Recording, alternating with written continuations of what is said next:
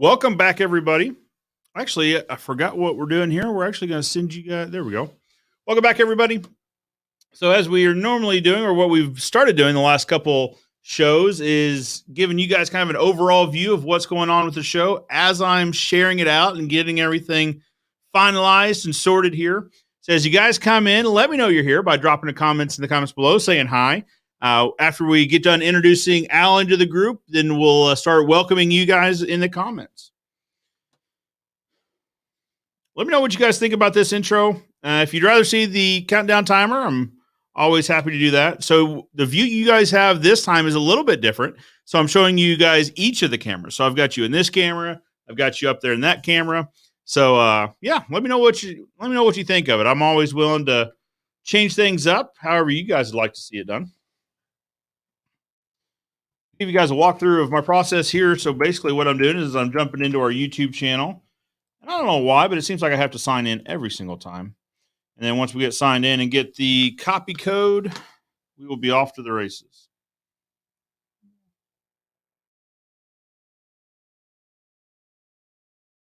Of course, right over my computer screen here, I've got a television monitor, so I can kind of see your guys' comments even as I'm sharing this out. So let me know you guys are here by saying hi.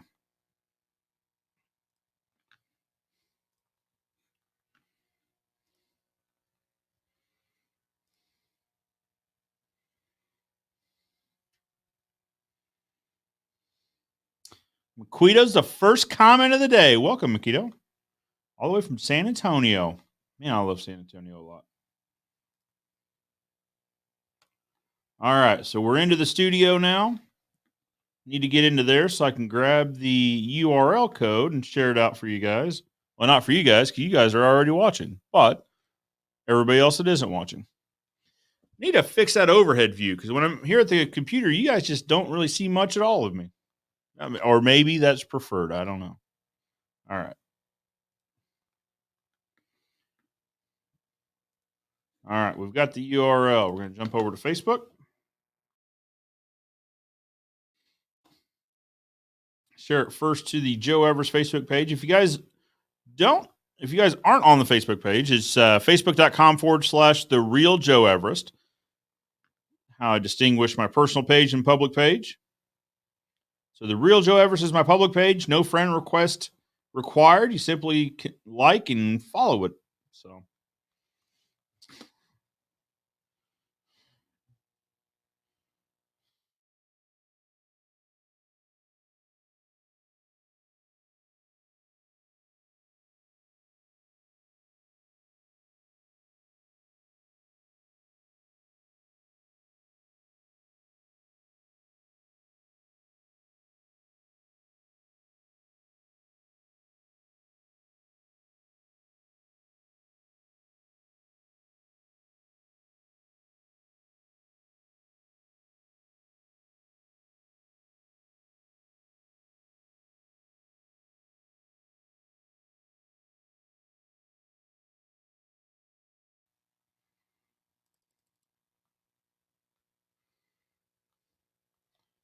all right, we've got the link posted. Now we're going to start sharing it out.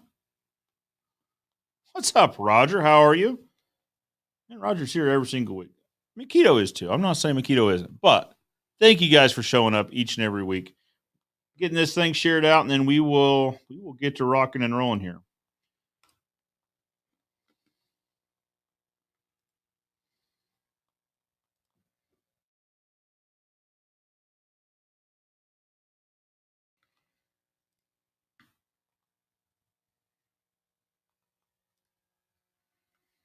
Facebook used to be a lot easier on sharing this stuff out. So they used to be able to type your message and just select from a list of groups which ones you'd like it sent to. But alas, not anymore. You have to do it individually, which is a bit of a pain. It makes this a little bit longer of a process. Yeah, Roger. Yeah. So you can only have one Joe Everest account. So I thought, well, we'll make the public one be the real Joe Everest. Actually, there's several Joe Everest on Facebook. Only one of them's me. There's some other Joe Everest out there in the world. None of them are into fencing. So That'd be kind of confusing if there were multiple Joe Everest in the fencing community. All right, 3 groups down. We've got several left to go.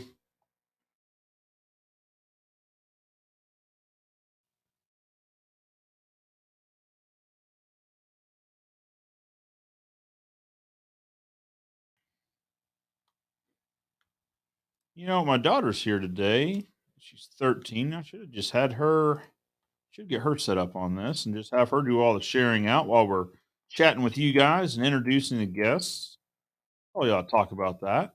Oh, what's up? Fence Armor's here in the chat. Hey, if you guys have any questions, for the Fence Armor team, drop it in the comments below.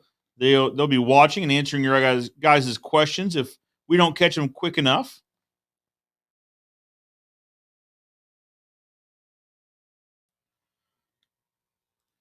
Gotta try to pay attention. I think we might have just double posted this in one of the Facebook groups. If so, apologize. All right, we're getting close. We are like 6 groups down. Got a few more to go. Sure, a lot of you guys and gals are in the same group 2 or 3 times, or 2 or 3 of the same groups, and you see these several times. I apologize, but you got to think there's probably going to be some folks that are in one of the groups, but not in the other groups. So,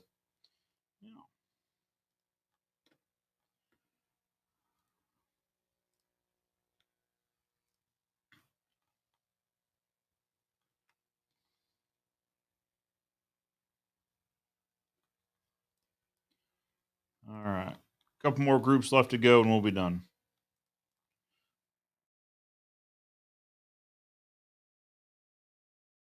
Like I said, as you guys are jumping in here, drop a comment in the comments below. Let us know you're here. After I bring Al in and introduce him, let him talk a little bit about who he is and what he does. I'll start. We'll bring you guys up in the comments.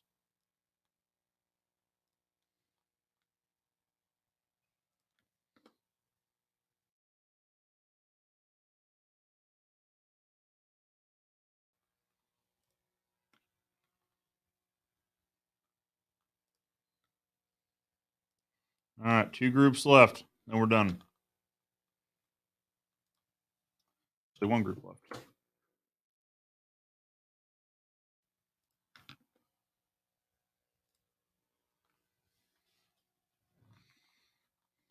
Very good, very good. This is done sharing out. We're going to close that.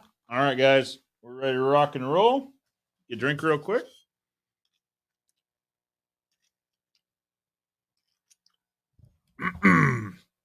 All right.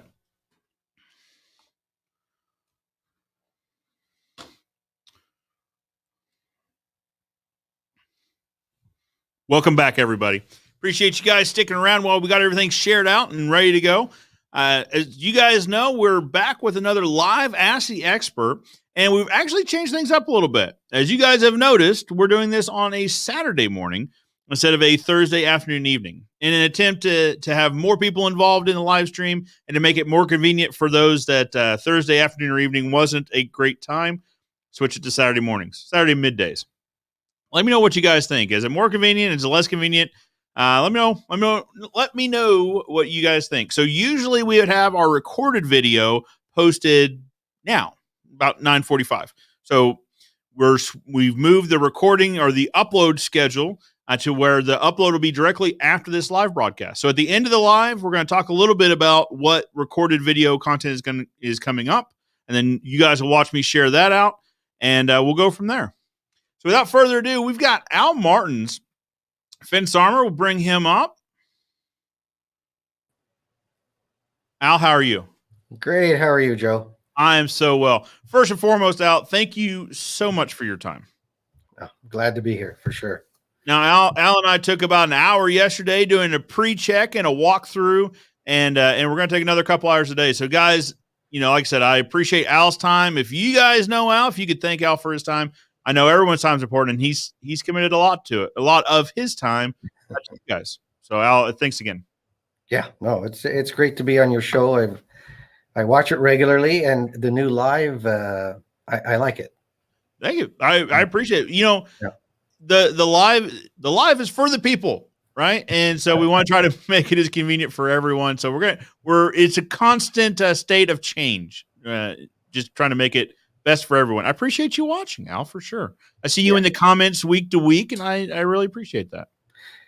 Yeah, it's you represent the fencing community so well, and we've talked about it before. You're well spoken. People, I think, respect to have I don't know if you could call yourself the spokesman of the fence community, but you're getting there. And when you start bringing on content from around the world, I mean, even talking about the Pythagorean theorem. Yep. Yeah. We got into that last week a little bit. Yeah, it's one of those things to where you don't realize how much you use something until you see it broken down, into component parts, and you're like, oh, well, yeah, okay, that makes sense. That is kind of what we do. We never call it the Pythagorean theorem. It's more so, the 3, 4, 5. But yeah, who knew? We'd be using middle school or high school algebra in our day-to-day lives. If you had asked me then, I certainly wouldn't have thought so. I kind of think that anybody that's in manufacturing or in construction or a contractor has to be good at math. That's right. They use it every day. They may not even realize they're using it, but you use it every day. Yeah, well, that's absolutely true. I was helping. So I've got a daughter that's 13. She's in 6th grade, and I was helping her with some math the other day, and I was kind of zooming through a few quick math problems. And she said, "Wait a minute, what? How do you just know this?" I'm like, well, you got to get good with numbers, especially running a business, and specifically, I deal with like our accounting, the numbers, and all that. You got to be pretty quick. You got to be pretty quick with math. Listen, I'm not saying I'm a math whiz here. I am a fence guy, but you got to use it on a daily basis. No, absolutely. And it's certainly, I'm not an accounting guy because accounting is kind of magical, isn't it? So I should clarify. Yes. I enter things into QuickBooks, and then I do accounts payable, receivables entry. I do not do the actual accounting. There is a lot of magic involved in that, maybe a little voodoo, and that is far outside my purview. Exactly. And I have a business partner, Lewis, who, thank God, has that skill set. I'd rather just measure the distance between the posts and figure out that kind of math. I'm perfectly fine with that. Yeah, you bet. And anybody that's watched the show for any length of time knows that I don't have a huge attention span. I've been known to just squirrel off into different subjects. So accounting's probably not for me. You really needed some attention to detail there. But anyway, I digress. Al, yeah. Who are you and what do you do? For those of you that don't know Fence Armor or Postsaver, who is Al and what does he do? Who is Al? Well, that's a long question, a long answer, but basically the Al Martins you're seeing here today is a guy who's very dedicated to the fencing industry, and really just over the last few years. Basically in 2008, I became fairly frustrated with what my landscapers were doing to my fence. Sure. And it just had to end. The violation of my fence posts was becoming so severe that I just couldn't take it anymore. So got frustrated, decided to engineer a product because that's what we are. We have an engineering company called Cam Solutions. My business partner and I, Lewis, we decided to look at the problem and create a solution that everybody could use to stop we'll call it the violation of people's fences by weed whackers and lawn equipment. Very good. Yeah. So that's kind of the story of how did we get from an engineering company to fencing products? Sure. Now, you have an engineering background in general? Yeah. So out of the University of Davis in California, actually. Okay. Yeah, absolutely. So, I got an equivalency degree down there. I worked actually in Ventura. Well, I say Ventura County, but Moore Park, California. Okay. For an engineering company down there, mainly in metal cutting, all that kind of great stuff for CNC machines. Very good. Very So good. Very good. That was my first world. So you got into fence armor to protect fence posts and fences in general from the destructive nature of landscapers. And maybe not landscapers. Now, landscapers out there, we're not calling you out, but no. I mean, we do know what we're talking. I think everyone here knows what we're talking about. We're talking about right at grass level, that band of just chewed up fence post, right? The rounded edges, the destruction of the fence post. That's exactly what we're talking about. Yeah, it's anyway, yes, it just became a little frustrating, and I figured I wasn't the only human on earth who was suffering this dilemma. Yeah. And as we started to develop the product and patent the product and do some more studies and interviews with consumers, and we realized, hey, we built something here that is well respected and wanted. Yeah. So yeah, that was really how that became a. Very good. And so I would say both with Fence Armor and with the Postsaver product, really your guys' mission is to prolong the life of a fence. Would that be fair? That's exactly right. So it's not only to prolong it, which is the main thing, and of course, protect, prolong, and prevent is kind of our slogan. Oh, perfect.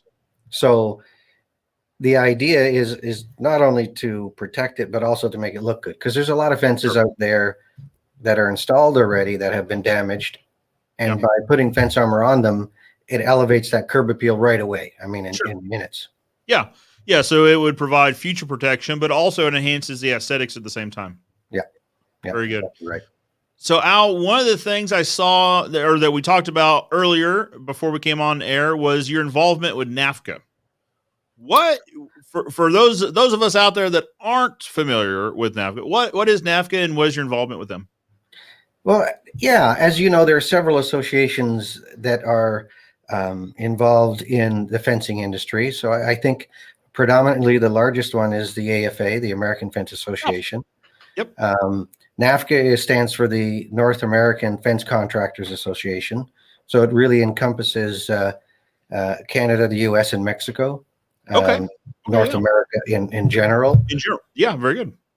And there's also the CFIA, which is the Canadian Fence Association. Okay.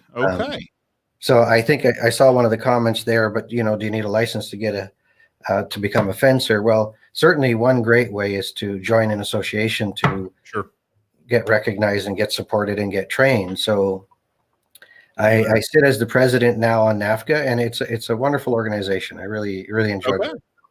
Yeah, Al, we should talk more about that, because I'd certainly like to learn more.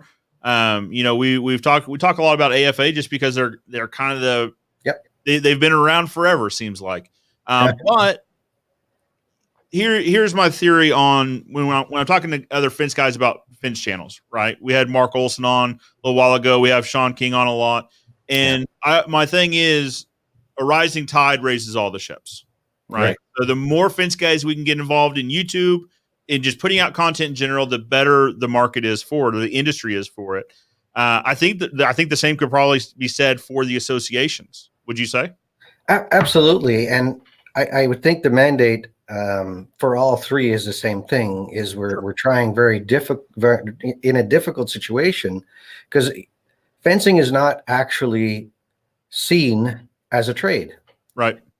And we are trying to change that for many reasons, because if you can make it a trade, then it also makes it easier to get people in school trained up, certified, and get out in the field and work together as a team. Absolutely, Al. So this is a very timely discussion to have, in that. So what it was a few nights ago in it's in the New Zealand video. There was a comment that was basically to the effect of, well, you're just a fence guy. You throw fences in the ground, you throw a post in the ground, and then you go on your way. Don't act like this is a profession, a professional trade. Right. And my point being, in my response was, one, it's a very large investment. It's one of the largest outdoor investments that someone will make in their home. Just because, an average, right now, an average residential project starts around $6,000 US. and it can go up from there on the residential. Commercial projects, we've got one in the making right now that's around $500,000. I mean, these are significant investments in the property, and you wouldn't want someone that just throws posts in and goes on their way, right? Now, Exactly. are there those folks out there? Sure. Yeah. I would argue that you see those type of folks in any industry, right? I've got a cousin that's an electrician, and they see this in the electrical trade, that unlicensed guys that come through and put outlets in and do this and that. I think you would see this in any trade, but we need to start recognizing that if done incorrectly, there could be a lot of damage done. Exactly. And, what we're seeing just in general, a father used to pass his trade on to his son. Yeah. And that reality isn't what it used to be. Right. So if we can get it into community colleges, we can get it into a trade. It also makes it easier, even just to bring, if you, let's say, needed temporary workers, for instance, if you wanted to get a carpenter, because it's a licensed trade, you could bring in carpenters. Sure. But there's no such thing as a fencer, as it were. Right. So that makes it a little more complicated for things like immigration and stuff. Well, absolutely. So immigration is a great point.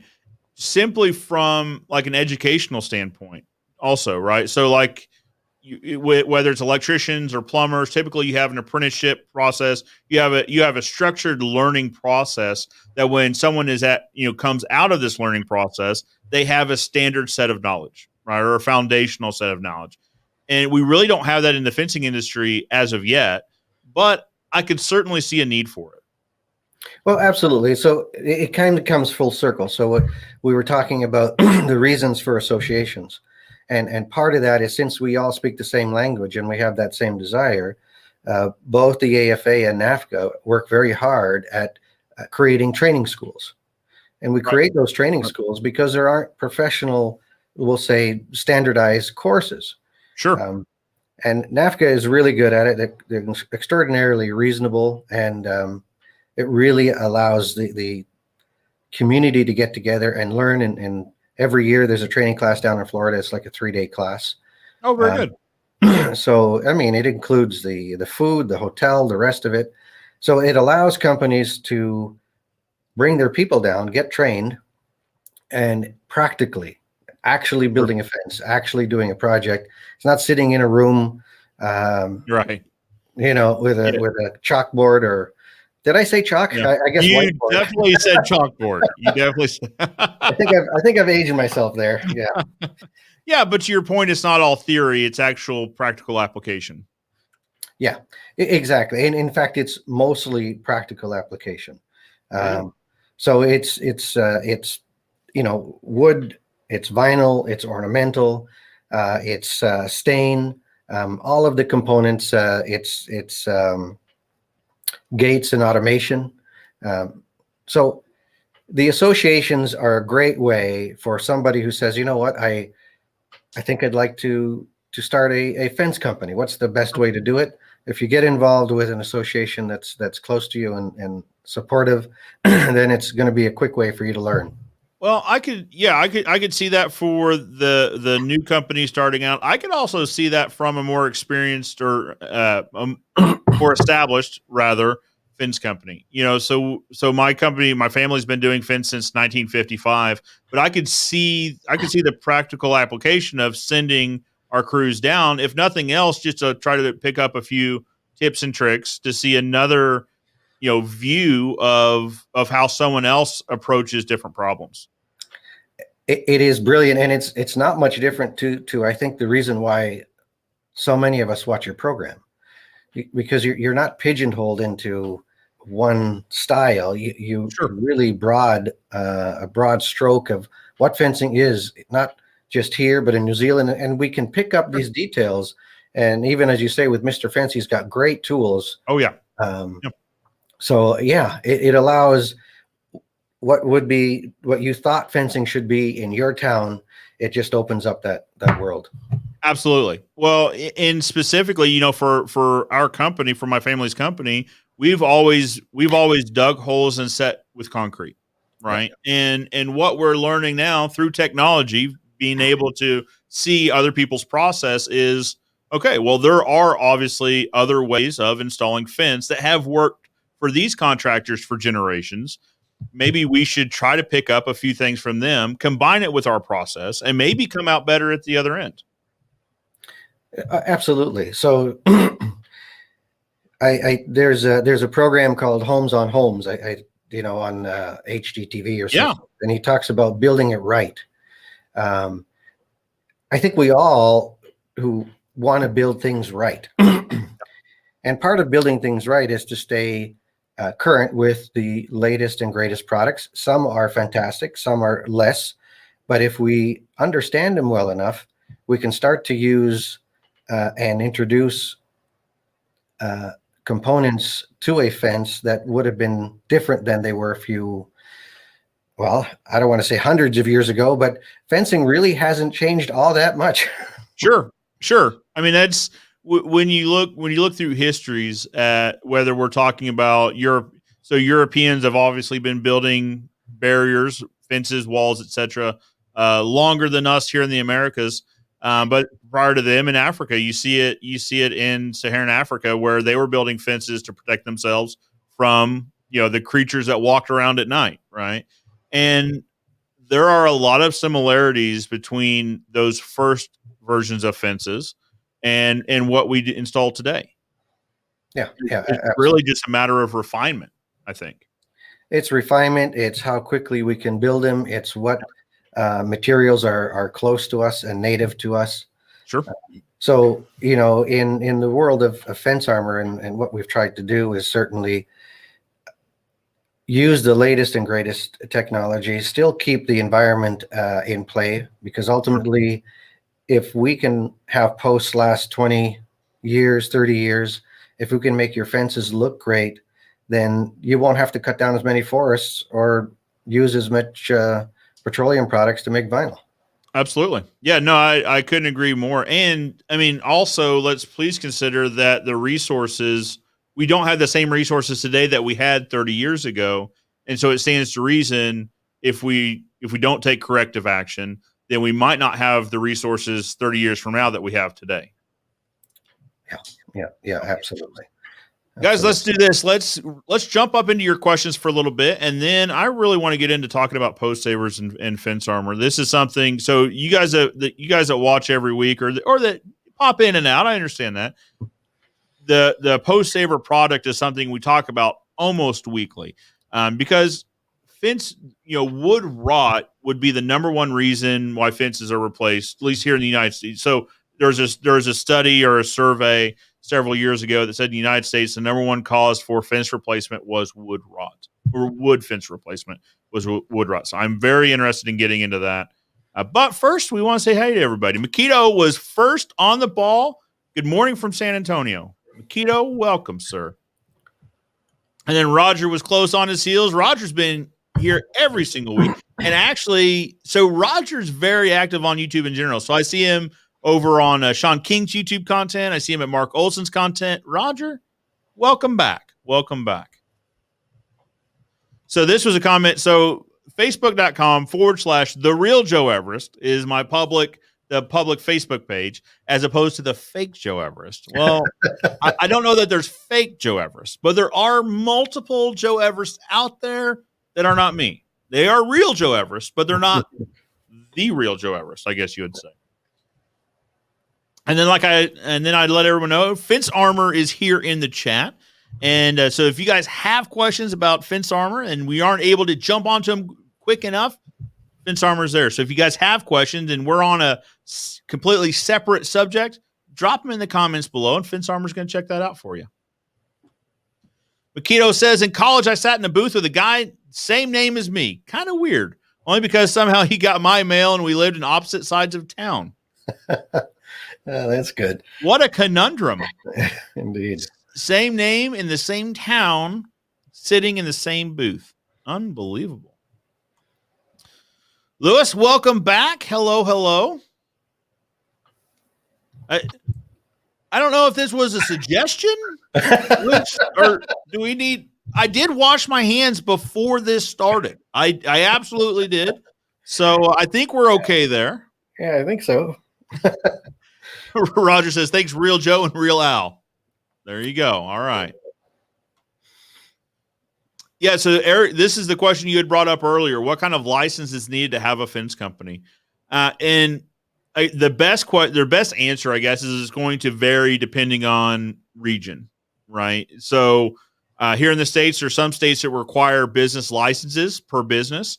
For the state of Missouri has just like a general business license that you can go and acquire. The state of Arkansas is a little bit more rigorous. So depending on what region you're in, there's probably different requirements for companies in general. Now, I don't know that there's a fencing specific license. Not every state might be different, or every region might be different. But as far as, if we're talking about licensing in terms of like an electrical, a master license or a plumber's master license, there's nothing like that in fencing. This conversation comes up is, should there be? And I don't know. I believe that there is the need for more education and for structured education, which we've already talked about. I don't know that there's a huge need for licensing, for strict and proper licensing.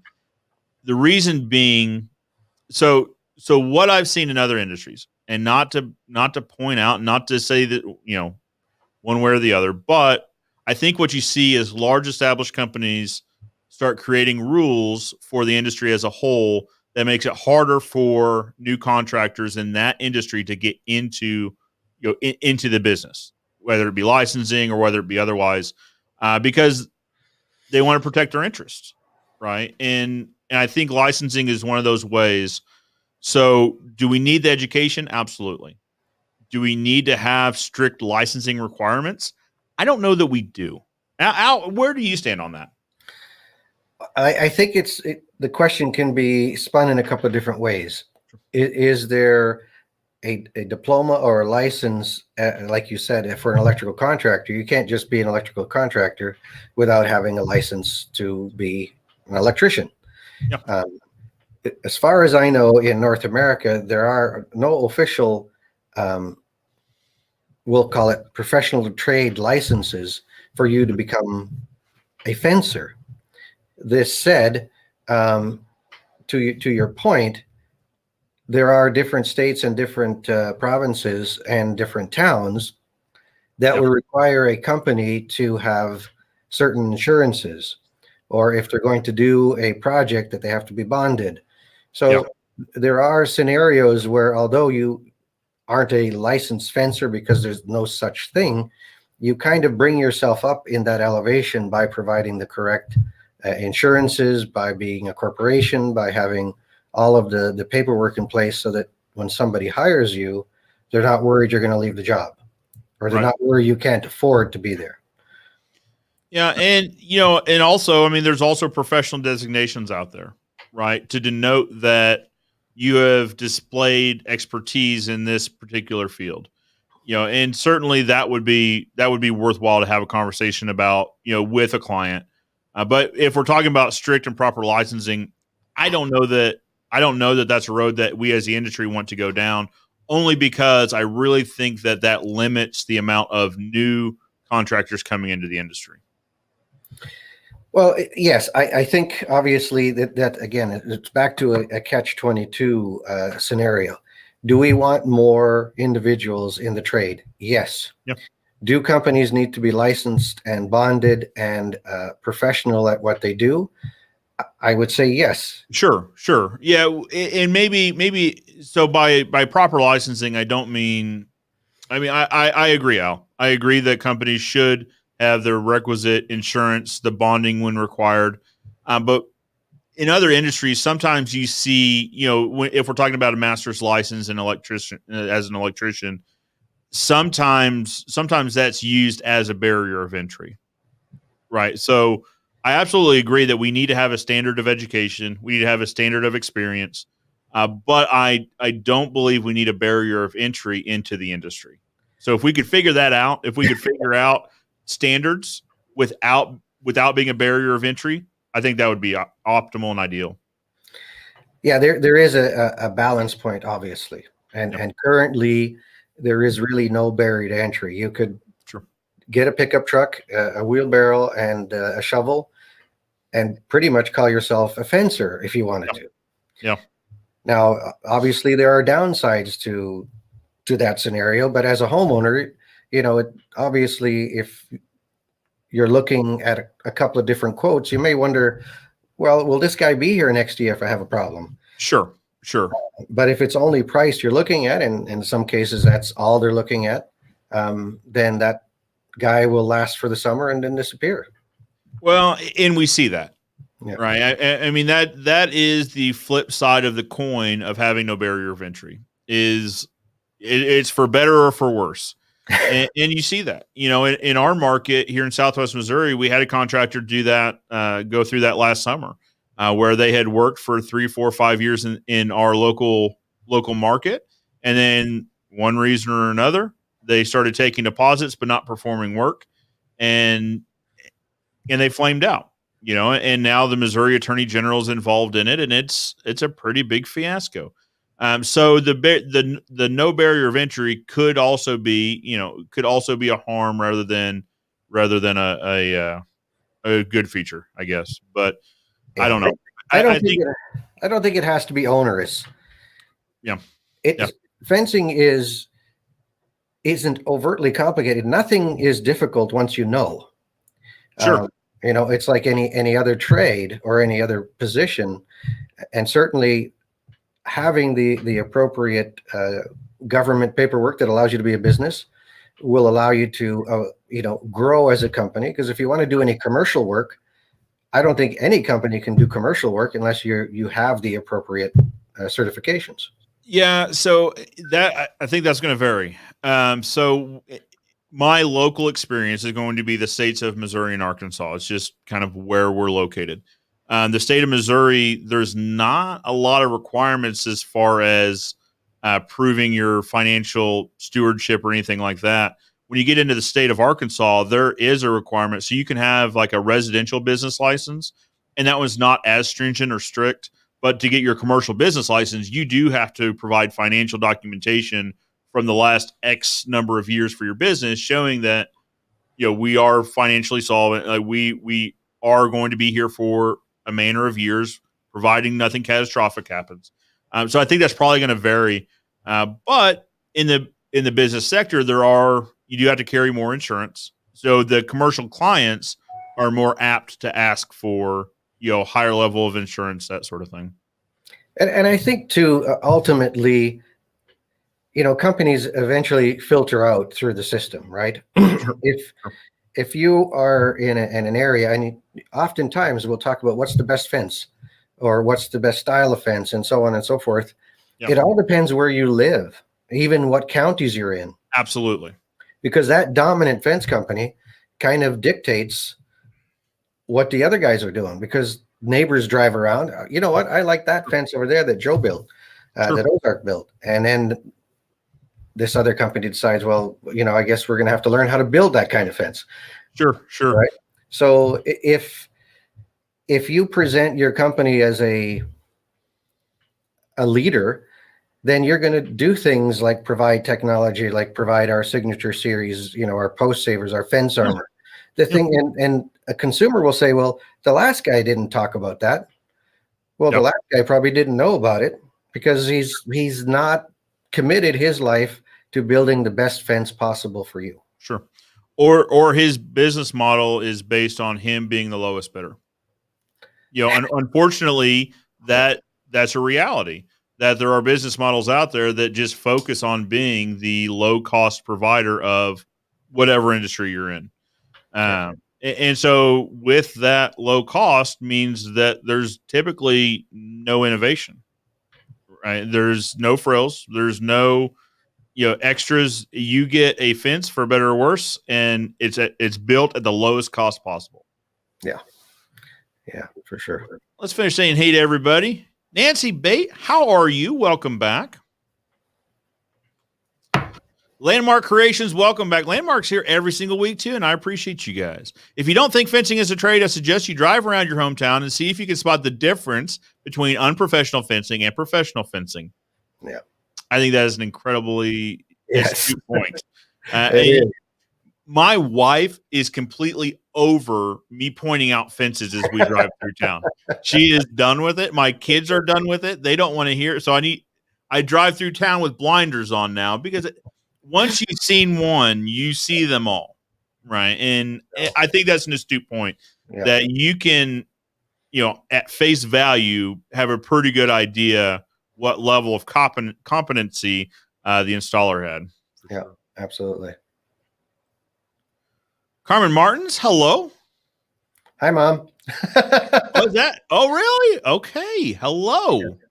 She's not only my mom, she also helps us out in our sales side down in Florida. Okay. So, yeah. Yo, there you go. Welcome, Mama Martins. Yeah.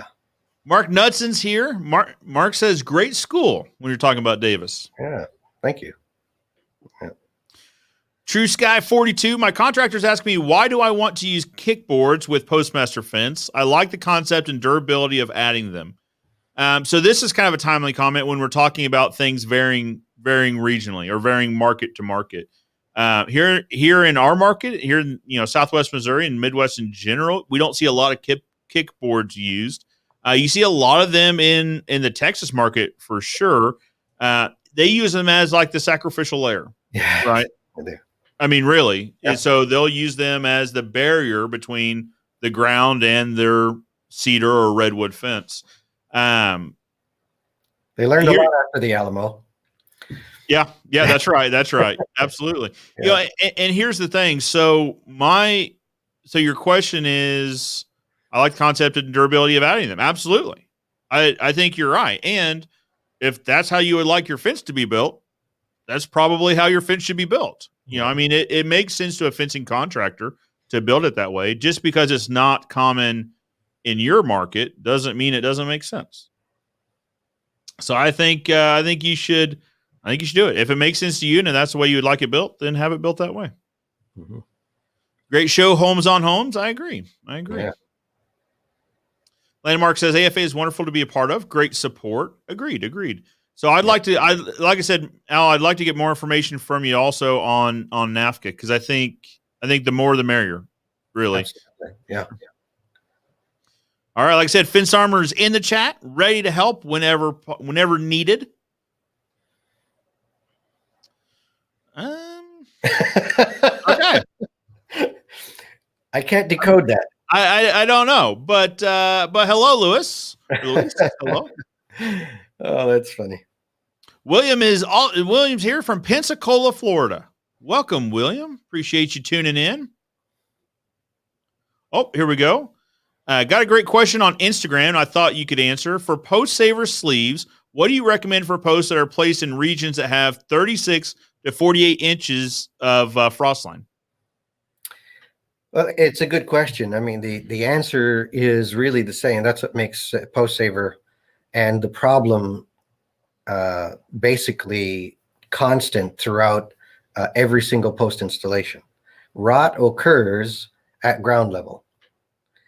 All of you fencers who've been in fencing for more than 20 minutes, if you've ever pulled out a fence post, a wooden fence post, you're going to see that it rots right at ground level, anywhere between the top of the ground to 6-8 inches below the ground.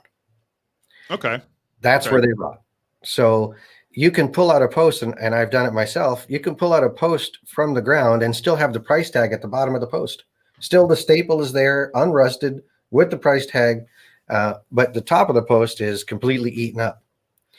So to answer the question, Postsaver gets installed 2 inches above the ground. So I've got a sleeve here. So basically, we'll say that gets 2 inches above the ground and the rest is in the ground. So that's 14-inch long sleeves. So 12 inches are in the ground.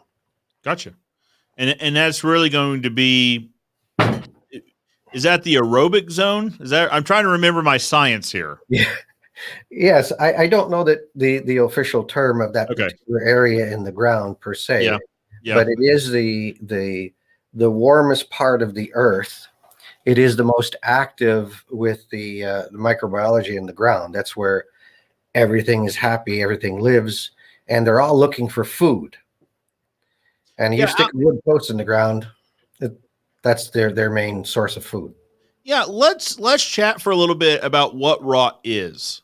Because we talk a lot about the damage that rot does and how to prevent that damage, but we don't really talk about what rot is and really what the root cause of rot is.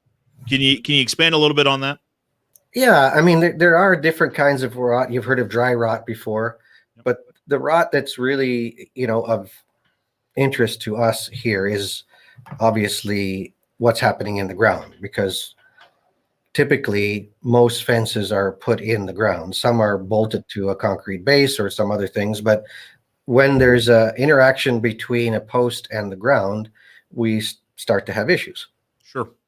So rot at that level is where moisture gets drawn into the wood, and air gets drawn into the wood.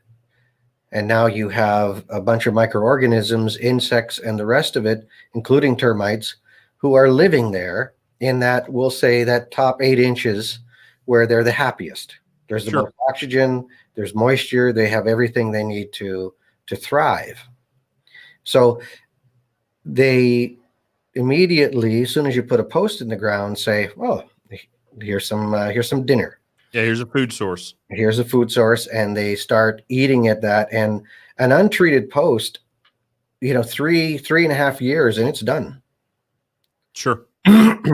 So now, and I think we should also talk about the fact that treatments change over time too. So what treatment is trying to do is to protect the post from these microorganisms, this microfauna that's in the soil. Because so one of the funny comments I see sometimes is that, well, it's just dirt, right? I don't have things that grow in my dirt. Well, if your dirt's not alive, you have bigger problems than rot. There's some Exactly. major issues going on with whatever is in your soil. I mean, the dirt is always alive, right? Now, just because you can't see what's there doesn't mean there isn't something there. And so, really, what you're trying to do is protect the post from these, the microfauna, the microorganisms that are in the soil. And Um, that's not new either. I mean, we've been doing this for, I'm going to say, hundreds of years. yep, I mean, railroad ties were coated. Everything that kind of interacts with the ground was coated in some kind of creosote. In recent years, it was ACC. ACC has been banned. Um, yeah, so, I mean, there's all kinds of things, right? You have copper, you have all kinds of different coatings, creosote. yeah. We've been Yeah. fighting rot forever. Well, in the big point I want to make is that the posts that are available today are not the same posts that were available 30 years ago, right? So, like you said, CCA was a really effective treatment at preventing rot, but what they found is, so there were studies made that one particular study I read was that if a child were to, and this is talking about picnic tables built out of CCA. If a Right. child were to lick their hands, run it across a table, lick their hands again, so many times a day, so many days a week, so many weeks a year, that there's an increased chance of cancer. So it got taken off the market and replaced with ACQ or MCQ or MCA. Seems like every region has their own version of the treatments. And there's alternate treatments out there as well. I mean, there's copper naphthenate. There's creosote and creosote is still approved like in certain scenarios, but all of these are trying to solve for the same problem. All these are trying to solve for rot or deterioration in general. Yeah. So what you came up with, or what Postsaver came up with, was a solution to that wasn't, they thought outside the post instead of inside the post, right? And Yeah. so really what they're doing is they're providing a barrier from whatever it is in the soil. They're protecting the post from whatever it is, whatever microfauna is out there. So Yeah. let's, what's Sorry. that? No, I was just going to say, I mean, ultimately, you need spark, fuel, and air to have a combustion engine. Sure. And if you take away moisture and air from that post, then you're not going to get the fuel source available to what's in the ground. Understood. That's a great way of looking at it. Absolutely. Yeah. Let's say hello to a few more people here.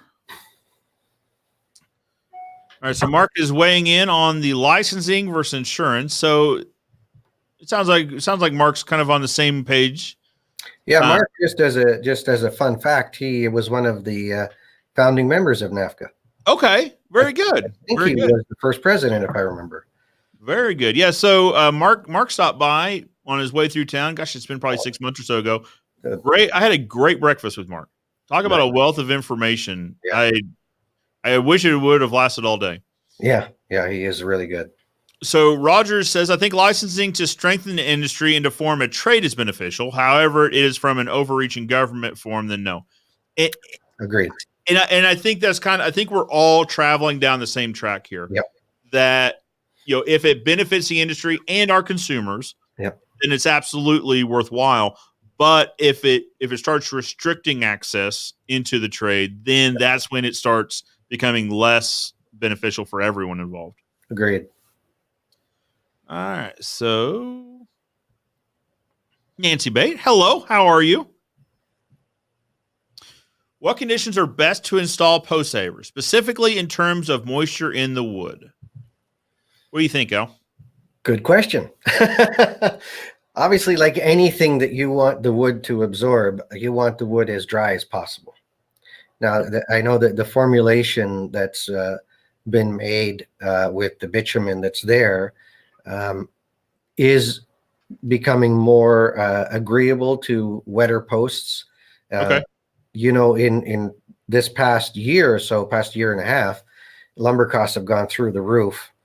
The shortage of lumber is really a problem. But on top of that, the treatment centers are just pumping through that lumber so quickly, and they're not, that sapwood on the outside is not picking up the treatments at all, or very little. And then it's wet. So the question is, I've got a bunch of lumber just came in, a unit of lumber came in, can I put Postsaver on it immediately? And typically we like to say, something under 25% would be best. Okay. Always good to have a general rule of thumb. So 25%, which is still, I think that's still fairly doable. Unless so here in Southwest Missouri, it poured all night long. So it would not be a great idea to go put them on right now. No. But, but if you have just received that unit of lumber, there's a really good chance that it's already below the 25%. Yeah, there's hope. Right. William Grove's got a great question. What would be your best way to incorporate selling the post sleeves and fence armor? I love the products. Just curious as to how to add them to my quotes without scaring people with the upcharge. So Al, if you don't mind, I'll kind of give my thought on it, but I'd be interested to hear a professional's opinion on that side of it. Sure. So William, when we were offering wood posts, what we would typically offer were 3 levels of service. And there's psychology behind this that says people want choices, but they don't want too many choices. 3 seems to be the magic number. And you can, them as good, better, and best, right? Now, we called them value, improved value, and lifetime value. Now, value and improved value was a complete treated pine fence, pickets, rails, and posts. The improved value was cedar pickets on treated pine posts and rails. Lifetime value was a completely cedar product on Postmaster steel post. Where I would see Postsavers and fence armor coming into play in that scenario would be in the improved value. And actually, that's exactly what our plan was before moving to steel exclusively, because of the lumber shortages and everything like that. Was the Postsaver product was going to sit in our improved value, because ultimately that's what it's doing, right? It is improving the value to the customer by saying, now we have a product that has a 20-year warranty on a post. Find me a wood product that has A, any warranty, and B, a 20-year warranty. It's not out there. So it would allow us to offer a 20-year warranty on a wood post, and it would be living up to the improved value. We would partner that with the fence armor so that to say, all right, we're protecting your post from rot, insect damage, that sort of thing, but you're still landscapers. You're still going to need to get your lawn mowed. So let's also protect it from that destruction, right? And so that was where it's going to sit in our product offering, was in the improved value. Honestly, William, I think from a value perspective, I think it's a pretty easy conversation to say, Mr. Miss Customer, I know that this is an investment for you. I mean, no matter how much fence we're installing, it is an investment because it's going to start adding up, especially with, as Al said, the price of lumber currently. Let's help you to prolong the life of that, to protect the value in that fence. And we can help you do that. It's a pretty low cost of entry, the Postsavers and the Fence Armor per post. Yep. And I think it's a pretty easy conversation to have, especially as the price of these posts keeps skyrocketing. Here's how I would put it. So Al, retail on, say, the Postsaver, if I was going to take the Postsaver product and pair it with a fence armor for the camera here. Right. What am I adding to the cost of the post by pairing? And I understand fence armor there's a lot of options. Yeah. So on average, what do you think we'd be adding to the cost of that post? Well, I'm going to say, just in price, Postsaver somewhere, if they were to go to Home Depot or Amazon or our own website, somewhere between $7 and $12 a post. It really depends on the diameter or what the surface area of the post is. Sure. And fence armor is anywhere between $5 and $15 a post. That's to the retailer. That's in retail. That's obviously not to the professional. Right. And that's where we like the conversation to start, is at the retail level. Yeah. And so then just hearing those price ranges, could we say an average might be around $20 a post? I mean, could be less, could be more. It could be less, it could be more. And to your point, and it's interesting, you have good, better, best in your world. We too talk about what is a signature series fence. Sure. And a lot of the fencers who work with us, we even have certificates for them that talk about here, Mr. Customer, is your quote for your run-of-the-mill fence. Yeah. Bottom line fence. But here's the quote for your signature series fence that we're going to give you, as you said, the 20-year warranty on the posts. We're going to give you the beautiful fence armor above it to protect it from lawn equipment. And the nice thing about fence armor is it's a two-piece design. So not only can it go on new posts, but it can go on existing posts. And you only have to put it on the side that's getting damaged. So if one side is a garden bed, you don't need to put fence armor there. Yeah. Or if your neighbor, for some reason, decides he wants a different color, or he may not want it, it gives you a lot of options, and you're only putting it where you want to. Sure. But again, in selling value to the customer, and you say, Mr. Customer, this is just whatever it is, 10, 15, or 20% more to give you these extra benefits. And probably to a high degree of certainty, the next three guys who we're quoting aren't even going to talk about it. Yeah, sure. They just pretend that it doesn't even exist. And now the consumer says, well, how about post rot? What about my landscapers who are going to damage? And these other guys are kind of blindsided. Oh, well, we don't have anything for that. Right. The point I was driving to on the cost was, if it's $20 to even if it's $30, right, the first time you don't have to replace that post, you are significantly ahead. Yeah. Right. Depending on the company, there's going to be there ought to be a minimum charge to send a crew out. Whether it's $500, $750, $1,000, whatever it is, the first time you don't have to pay random numbers, $500 to replace a couple posts. Well, now all of a sudden, like I said, you are significantly ahead. The first time you don't have to replace them. Yeah. When the value proposition is there. Absolutely. It's huge. It really is.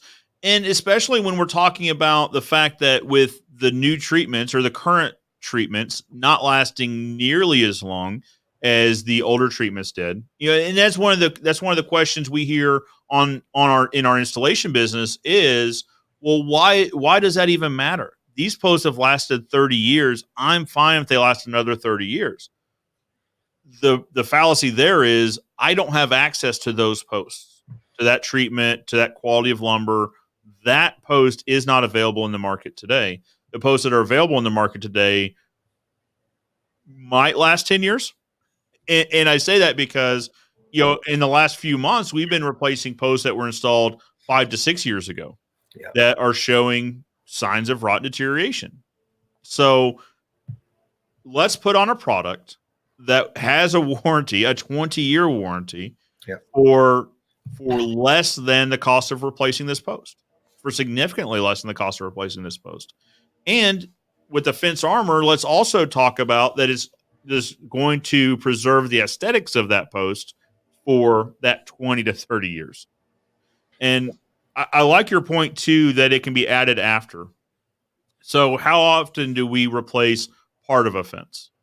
Yeah. Right. The back line, the sideline, where very easy conversation to say, so we're going to take the fence armor. Now, as you can see, the fence armor has, all right, so I'm a fence guy, not a tech guy. I'm going to try to get this to focus.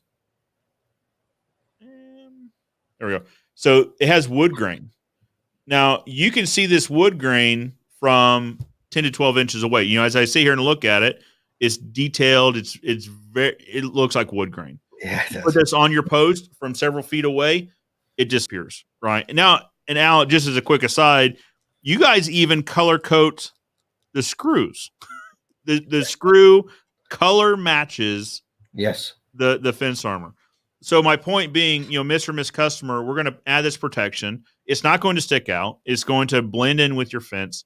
And we can also add it to your existing fence to give it the same level of support and protection.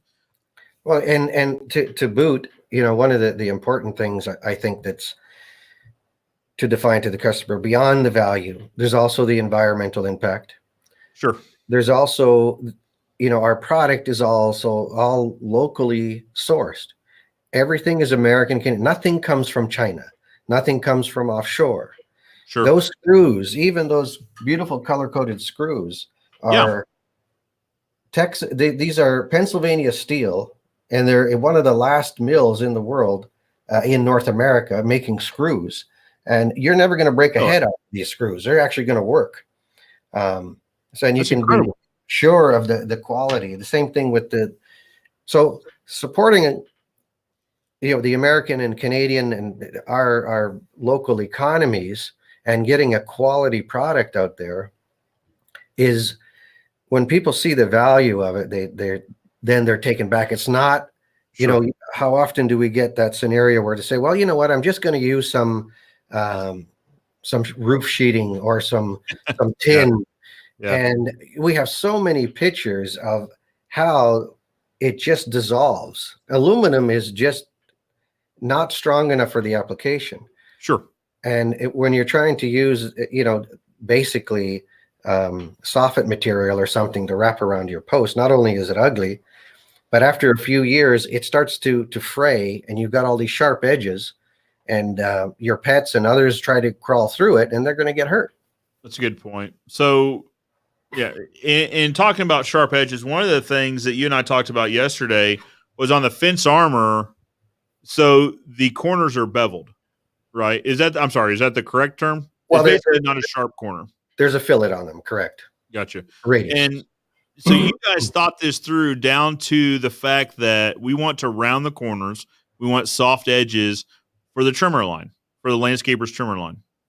Exactly. So when you have here's probably one of our most common product is for the 5x5 vinyl fence. Yeah. So when the trimmer line comes across here, and it really depends on the direction of the weed whacker or strimmer or whatever people want to call them. Yeah. We have to be careful now. We can't use the word weed whacker as two different words now in certain platforms, because the word weed gets tagged, believe it or not. Yep, that's right. So we can have weed whacker as one word, or trimmer or strimmer. But when the line comes across, it deflects off of that radius and deflects off of the face, and it doesn't break that line. So landscapers aren't going to get aggravated. And of course, it keeps the durability of the powder on the product. Sure. It's good for both. Yeah. Longevity and for the trimmer line. So, Will, just to kind of wrap this back up into your point, how do you add them to quotes without scaring people with the upcharge? I think you have an open and honest conversation that says, I understand that this is an investment. I would like to present you with ways to protect that investment, in a way that with the Postsaver has a 20-year warranty that you won't find. And provide them the paperwork, provide them the material so that they can actually read the materials and say, you know what, he's leaving me something I can look at. Well, that's it. In looking at the material you guys provide, I mean, really, it hits all the points. It talks about the problem and the solution, but also you give everyone the detailed analysis too in this as to why it works and how it works. Yeah, absolutely. So, William, I would present it as such, as I've got a great way to help protect your investment and for significantly less than the cost of replacing one of these posts. Staying in Seal, Fort Worth, Steven says, good morning, Joe and Al. Steven, good morning to you. Morning. Also, good morning to Lindsay. I don't want to feel like we're leaving anybody out here. I'm just saying good morning to Steven because he said good morning to us. Lindsay, if you're watching, good morning to you as well. Oh, good. Makito says, is bell ending post holes worth it? I drive past a fence for years, seen it replaced, and some posts have inched up over the years. Absolutely. So belling the bottom of a post is something that those in the northern climates have been doing for generations. They've been doing it for, since they've been building fence. Yeah. We're starting to see it more here in the warmer climates and the more temperate climates. Right. But I mean, the theory is sound in that if you have a hole that's wider at the bottom than it is at the top, then that frost line actually helps to hold that post in place. Mm-hmm. So, Makito, absolutely. Does it work? 100%. Yeah, definitely. Oscar Loya says, hello, Al and Joe from the Chicago area. Welcome, Oscar. Yeah. Mark says, God bless being 100% North American made. Yes, sir. Yeah, I think, we have that conversation a lot, American made. And honestly, I mean, I think some people use that term American made to speak of, a product made in the United States. But really, let's consider that we're all on the same American continent here, right? We're all in the North American continent. And I think your point sound in that we're keeping things onshore. Yeah. Right. And I think that's the distinction that needs to be made, just because typically you see higher quality, and that's not to say all the time 100%, but if we're talking about in generalities here, I think that stands to reason.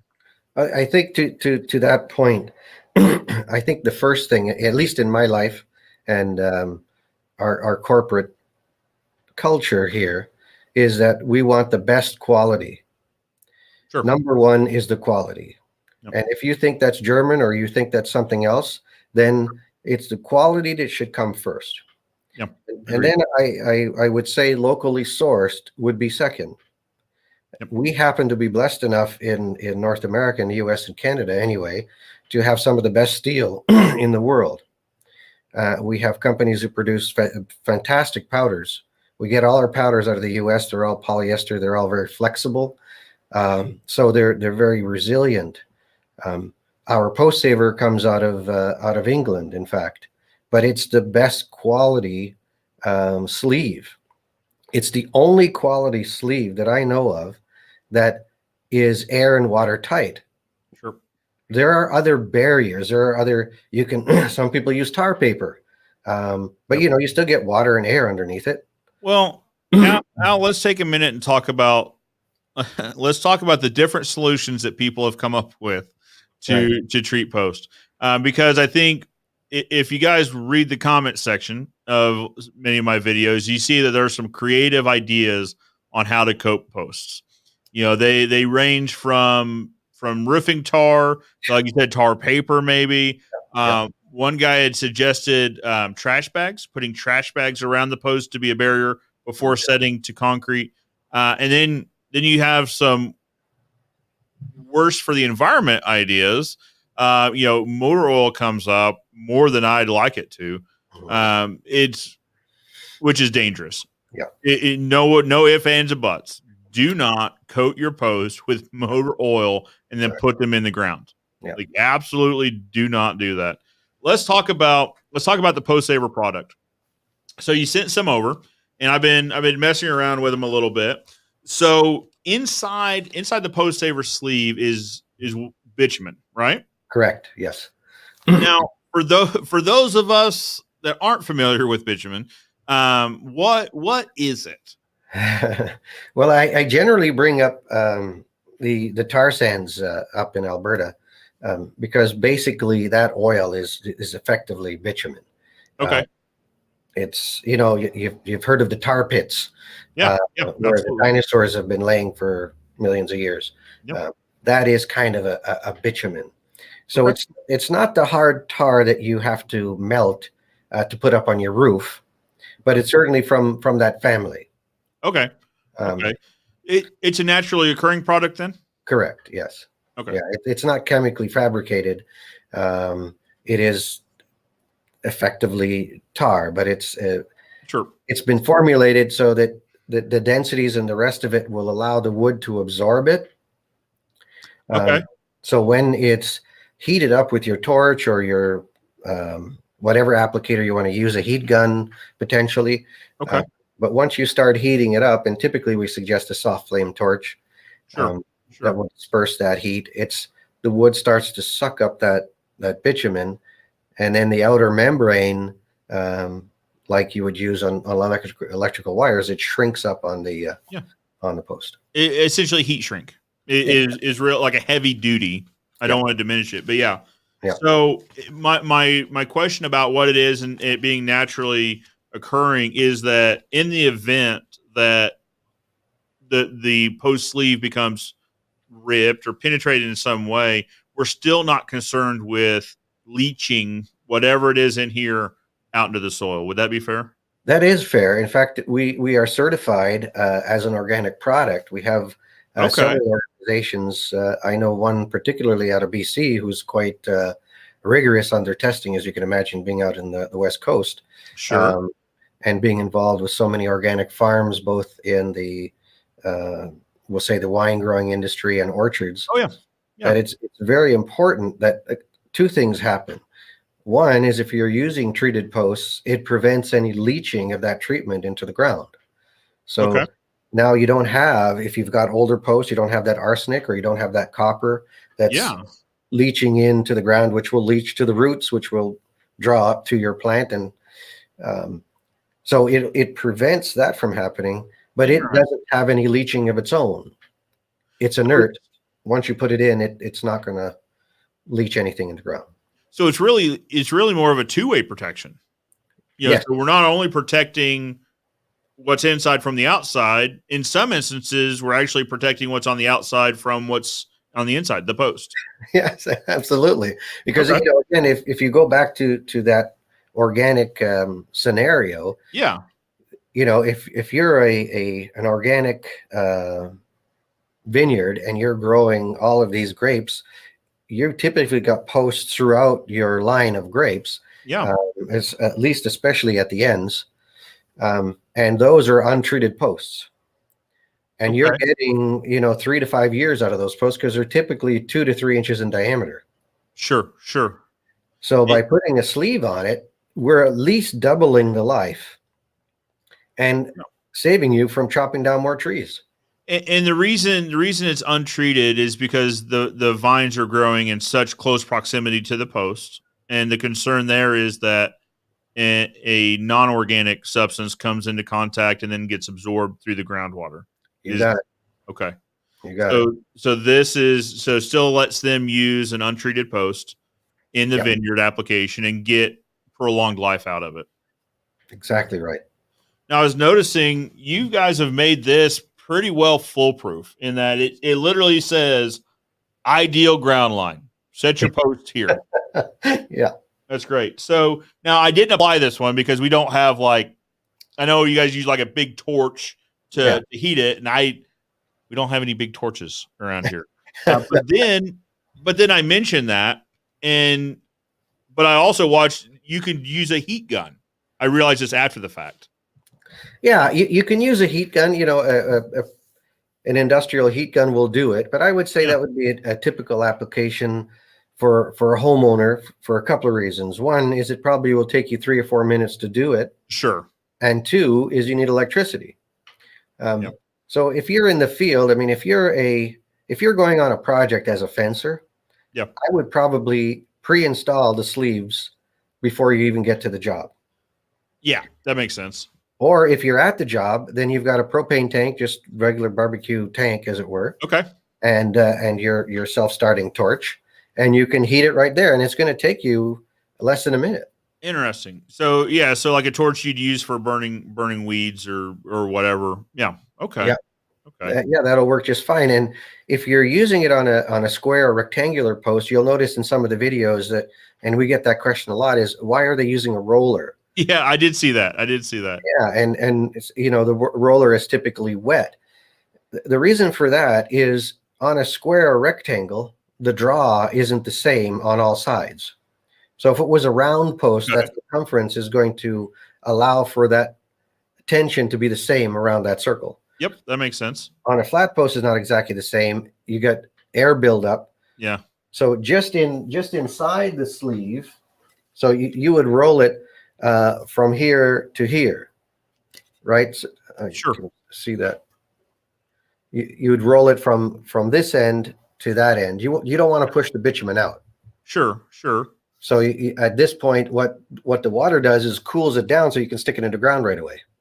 Okay. And it's making a good seal too. Yeah. So we're only just pushing out the air a little bit here, if there's any bubbles of air. Okay. So that's the reason for the roller. Understood. Okay. So when I was a kid and I just started driving, I put window tint on my truck, and it sounds like a similar idea is we're trying to get good contact, trying to force the air bubbles out. You got it. Very good. Let's jump into the comments and see what we're talking about here. So Nancy Bates says, I noticed that Stain and Seal has sponsored the live stream. What makes them different from other stains? Nancy, that is a great question. So I'll dial it down. I'll hit the main selling points. For me as a contractor, is it's safer for my guys to use because there are less chemicals involved in the manufacturing of the stain. It's also safer for our clients, their pets and kids that come in contact with it. It's a low VOC formula, which simply means that it has less volatile organic chemicals or compounds involved in the stain, which makes it more expensive, but it's a safer product. That would be my 30-second why we use it. And I'll say this before they sponsored the live stream, that as a contractor, as a company, we've been using Stain and Seal Experts for years. After reviewing the other stains on the market, it was a stain I felt most comfortable having my guys use, and then also, I mean, we stained my fence at my house with this, and so it's also a stain that I felt comfortable putting my kids, my neighbors' pets, up against it. Because listen, I've got a 3-year-old son, and if any of you out there have 3-year-old sons, you know what I'm talking about. I had to make sure that this thing wasn't going to harm him in any way when he goes and licks this thing. I haven't seen him lick it, but he is a 3-year-old boy, and I know him. So, so Nancy, really, that's the big thing. Is it's a safer product in general. It also has a warranty. It has a depending on which stain, which transparency level you go with, has a varying warranty. But the big thing, safety. It's better for my guys, better for our clients, better for the environment in general. Yeah, we also sell Stain and Seal. Yep. It certainly comes with our corporate approval. It's American made. It's made in Tennessee. Yep. It's made with premium quality oils. And to your point, it's so easy to apply. It's so forgiving that whether you're a fencer that's new at this or you're a homeowner, you're not worried about if it's going to run, if it's going to do some nasty things, it's going to discolor. Right. Yeah. The application is also really nice. Yeah. And when you're doing a fence job, then you can, our fence armor with our wood grain product just looks beautiful. You spend $3,000 or $4,000 staining your fence. The first thing you're going to do is weed whack. It's probably not a good choice. and chew away at that stain you just spent hours, or if you're on the homeowner side, maybe days. Staining. Yeah, you want to protect that investment. Absolutely, Nancy. Great question. I appreciate it. William says, I got a lot of Stand Still Experts paperwork from the conference in Tennessee. How can I get fence armor info for my clients? Well, you can certainly talk to Caleb, or you can talk to me. If you're working with Caleb already, he's got everything you need for fence armor, I'm sure. Absolutely. Luis says, hi, guys. Great session. I'm working outside while listening. Luis, I appreciate that. I hope the weather's decent where you're at. It's a little chilly and wet right now, but yeah. Best of luck working outside today. Yeah. Nancy says, awesome. Thank you. Nancy, you're very welcome. And that was a great question. Guys, if you have fencing related questions, if you have questions in general, maybe they don't have to be fencing related, drop them in the comments below and we'll give them a shot. But so Al, we were talking about the Postsaver sleeve, the application. So let's talk about the torch. So you said an orange flame. That's obviously important because we made sure to distinguish the color of the flame. Is there a certain temperature range we're looking for when we're heating these sleeves up? Well, I guess depending on the torch and how your gas is set, something over 100,000 BTUs would be the quickest. Okay. So that isn't overtly hot, 66,000 BTUs. I mean, really just the idea is to diffuse it. If you're using a plumber's torch, you'll have to really move quickly because it's a focused blue flame, so you can do your plumbing. Right. So you can heat that thing is built for heating things up very quickly in one spot. Right. So the idea behind diffusing the flame is what's important. So we sell them certainly on our site. We have different ones, but your local hardware store, I'm sure, will have something. Basically, the orifice, you want a fairly large orifice on it. Sure.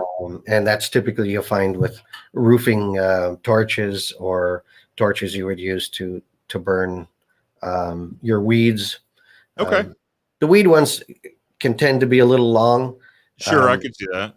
That's why ours are a little smaller. But on average, you can certainly pick one up. I don't know, $300 would be a really good one.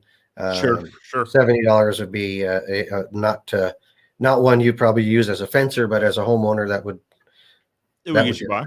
Yeah, absolutely. And then once you have it, so if you've heated it up properly, then over here you'll see the bitumen underneath there, and you see how it's really sucked in by the wood. Mm-hmm. But this is existing 2 inches above, right? Sure. So right. If you want to make that look pretty, this is a 6-inch piece of fence armor, but that covers it up nicely and makes it look, cleans up that appeal. Yeah, absolutely. Right on there. Gives it a more finished look. Yeah, more kind of look. Yeah, you bet. So it sounds like what the process would be. So we've got a line here for ideal ground line. So really what we'd want to do is figure out how deep we're going to set these posts.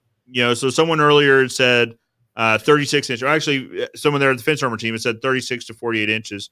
Really, you'd want to see how deep you're going to set. So if it's 48 inches, so you would mark the post. Is this 2 inches above ground line? Is that right?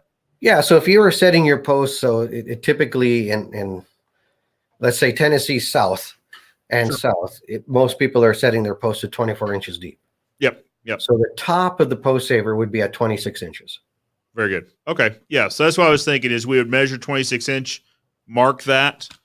That way we knew exactly where to install the sleeve on the post. Yep. And then that makes setting the post a breeze because you know exactly where this thing needs to be set.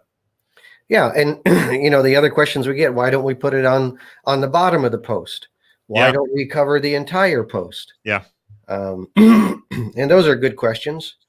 So, and I think we kind of hit it on it before. Since the rot line is up here, you don't have to cover the entire post. Well, yeah, absolutely. And we talked about that in one of the videos, in that you don't see rot at the bottom. You know, I don't know that I've ever pulled a post that presented rot at the bottom of the post. One that was set to depth that presented rot at the bottom of the post, just because it's deeper than that aerobic zone, or the zone that has all the microfauna and flora in it. So, and really, one of the contentious points in the comments is how the posts are set, whether it's direct packed with dirt, whether it's packed stone, whether it's set in concrete or with foam. Really, the post sleeve is going to be applicable to all of those installations. Would that be right? Well, again, you bring up contentious. If you're in a fence meeting, you're going to have a whole bunch of different views on what the reality is, and it's also contingent on the soil that you're working with. Sure, that makes sense. Oftentimes, you'll get a quote from a fencer that may be a little strange to you, but if you haven't done any soil testing in that area, you may be hitting conditions that aren't favorable to your style of post. Sure. So the way people have gotten used to installing is based on where they are and what they're used to and who they've been trained by. I've sent you, and certainly you can share that if anybody wants to, a University of Wisconsin report about wood and wood rot and setting fences. It's a few years old, but fences don't change. Sure, absolutely. But yeah, guys, I'll put that in the communities tab. So after this live is over, I'm going to make a communities post and just say, for more information on wood rot, here's the link for you guys to follow. Yeah, and I can send you one too, a report from the University of Missouri, I believe, or Mississippi. Okay. I don't remember off the top of my head. That also talks about the protection from termite and termite damage by using the sleeve, because it's obviously quite a deterrent. Yeah, it's pretty robust. Termites don't really like the membrane on the outside, and their favorite food is not bitumen. Sure. So it's going to keep them at bay, typically. So there's a nice report on how that works. But I think, to your point, in that article from the University of Wisconsin, where you set your concrete, do you put gravel on the bottom? All those things are covered. And I don't know if you want to open that topic right here, but yeah. So I hesitate because there are some folks that have very firm opinions on exactly how posts should be set, and without delving too deeply into whichever one, here's where my stance is on it. I don't believe that there's any one method that is right or wrong.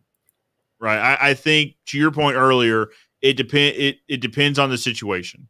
Right. Depends on the soil conditions, depends on the application. It is very much, project specific. But regardless of whether you're putting gravel at the bottom and then filling with concrete, or whether total encapsulation, etc., you're going to prolong the life of your post by using the post sleeve product, irregardless of which scenario that you're going with. Well, one of the comments that, in that university document, it talks about other fence tips, and one of the things that the very first thing it says is wrapping it in paper isn't going to help it. Yeah, and and this is the bizarre part, because there's a few products on the market, including what I call the swimming pool for your post. There's a product that's a plastic product that you it's a condom that you drop your post into. Sure. But effectively, it's a pool. It holds a lot of water. I know you can hold it. There is a product that's a little different, and you may have seen it, you may not have seen it, but there are people who want to have temporary post placements. Yeah. So that maybe in the winter they want to pull out the post so they can plow better or whatever. Sure, that makes sense. I'll do a shout out to these guys. They're not well known. Okay. Guy's name is Barney, but he's got a company in California called Superpost. Okay. And basically, what they have is a collar that grabs the top of the post, and it's got a seal around it, so you can put your post in, and it sits basically in a 4x4 vinyl sleeve, which is just 4x4 vinyl tubing. Yeah. And there's a bottom floor on it, but the idea is no water can get down in there. Okay. Because it's sealed, and then when you're done for it in the season, you can unscrew the seal, pull out the post, cover the cap, and that's the only sleeve I've seen. But it's not for fencing. It's really posts that you're putting in place to maybe I don't know if you'd use it for an application to put a badminton nets or things that are tempered. Okay. Yeah, that makes sense. Or maybe just like a visual barrier, that sort of thing. Something that's not going to take a lot of weight, but you do want it to be up while it's up, but you want it to be temporary as well. Yeah. Interesting. That was called Superpost out of California. Superpost. Yeah. We still have some stock here, but they if you're looking for it seriously in some applications, I mean, it's a kind of a niche little thing. Sure. But Barney's a nice guy, and that's at least he gave it some thought. You cannot have a scenario if you're going to put a post in the ground and put a sleeve around it. If you get water that goes down in there, you're doing nothing. Sure. Yeah, that makes sense. You're not defeating the point. Yeah, it's not seeing any protection. So absolutely. All right, Mark's got a comment here. Mark says $6,000 average fence in American-made hardware and caps costs $5 more. 99% of the customers want American-made. I think that's an excellent point. It's a lot of times you don't see a huge price discrepancy. So in the past, it hasn't always been that way. In the past, there would have been a larger price discrepancy from American-made to an import product. I think when it makes sense, when it's feasible, American-made should always be the choice. Fence Armor's got a question. I had a question. How would you use fence armor on play sets? Great question. Thank you, whoever asked that question. Yes, it is a great question, and it comes up a lot. So you've got this brand new play set you might have bought at Lowe's or Home Depot or whatever you got it, and it's a couple of grand. Usually they're cedar posts, and you're weed whacking around these things, and they get eaten up real quick. Yeah. So certainly a regular piece of fence armor. So when you got fence armor here, you'll typically it works like this, right? Yeah. So one side there's a slot, one side there's a hole. The reason for that is we don't want the fasteners to be pulling when the wood or the vinyl heats up or the wood moisture gets in there. Okay. So it can expand without pulling on the fastener. Interesting. The other thing is you'll notice because it's telescopic, you'll see how it slides into each other. Yeah. And oftentimes what you'll see in those play sets, because of where the lumber is milled and the rest of it, they're not exactly true squares. Sure. And of course, if you have rectangular lumber, so if you had a 6x4 piece of lumber, you can now squeeze this down. So the face is 6 inches, but of course the sides are now 4. And with our screw design, it's self-drilling. So if you look at the front of that screw, some people will call it self-tapping. Sure. This screw is built specifically for us, so it can still be good for wood and good for metal.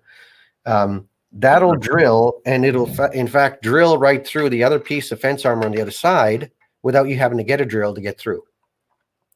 Oh, no kidding. Yeah, and it's also designed for that drill tip. So if you have vinyl fence, you don't have to pre-drill the vinyl or composite because it builds up a burr if you just tried to use a wood screw. That's right. Then it wouldn't sit flush. Interesting. So back to the play set. Play sets are typically an A-frame. Yeah. So now you could set them at an angle, right? Absolutely. One comes up, one comes down, and you can put them where you need. You just install them wherever you need them. You got it. So yeah. Al, that sparks something in when I'm listening to saying that sometimes they're rectangle, sometimes they're not. So when we're talking about fences installed with wood post, sometimes they're 4x4. Now, actually, I want to have this conversation on air. So Al blew my mind for a minute. when he said, "Well, you know, a 4x4 is not 4x4," and they're like, "Oh yeah, no, I know. They're 3.5 by 3.5." He says, "Well, I'll let you say this." So Al, 4x4 posts aren't always 3.5 by 3.5. Yes. What do they say? It's true, except for where it's not. Sure. And more often than not, depending on where you are on this continent, and of course, since we sell worldwide, that also affects metric size lumber. But let's stay with the 4x4. Sure. I would say the 4x4 is the most common post used in most of the US and Canada. And that 4x4 can range anywhere from 4 1/8 all the way down to 3 3/8. And they'll still call it a 4x4. And in fact, you'll know this. There was a lawsuit. I think Menards was sued a few years back for exactly that reason. They called it a 4x4 with the inch marks.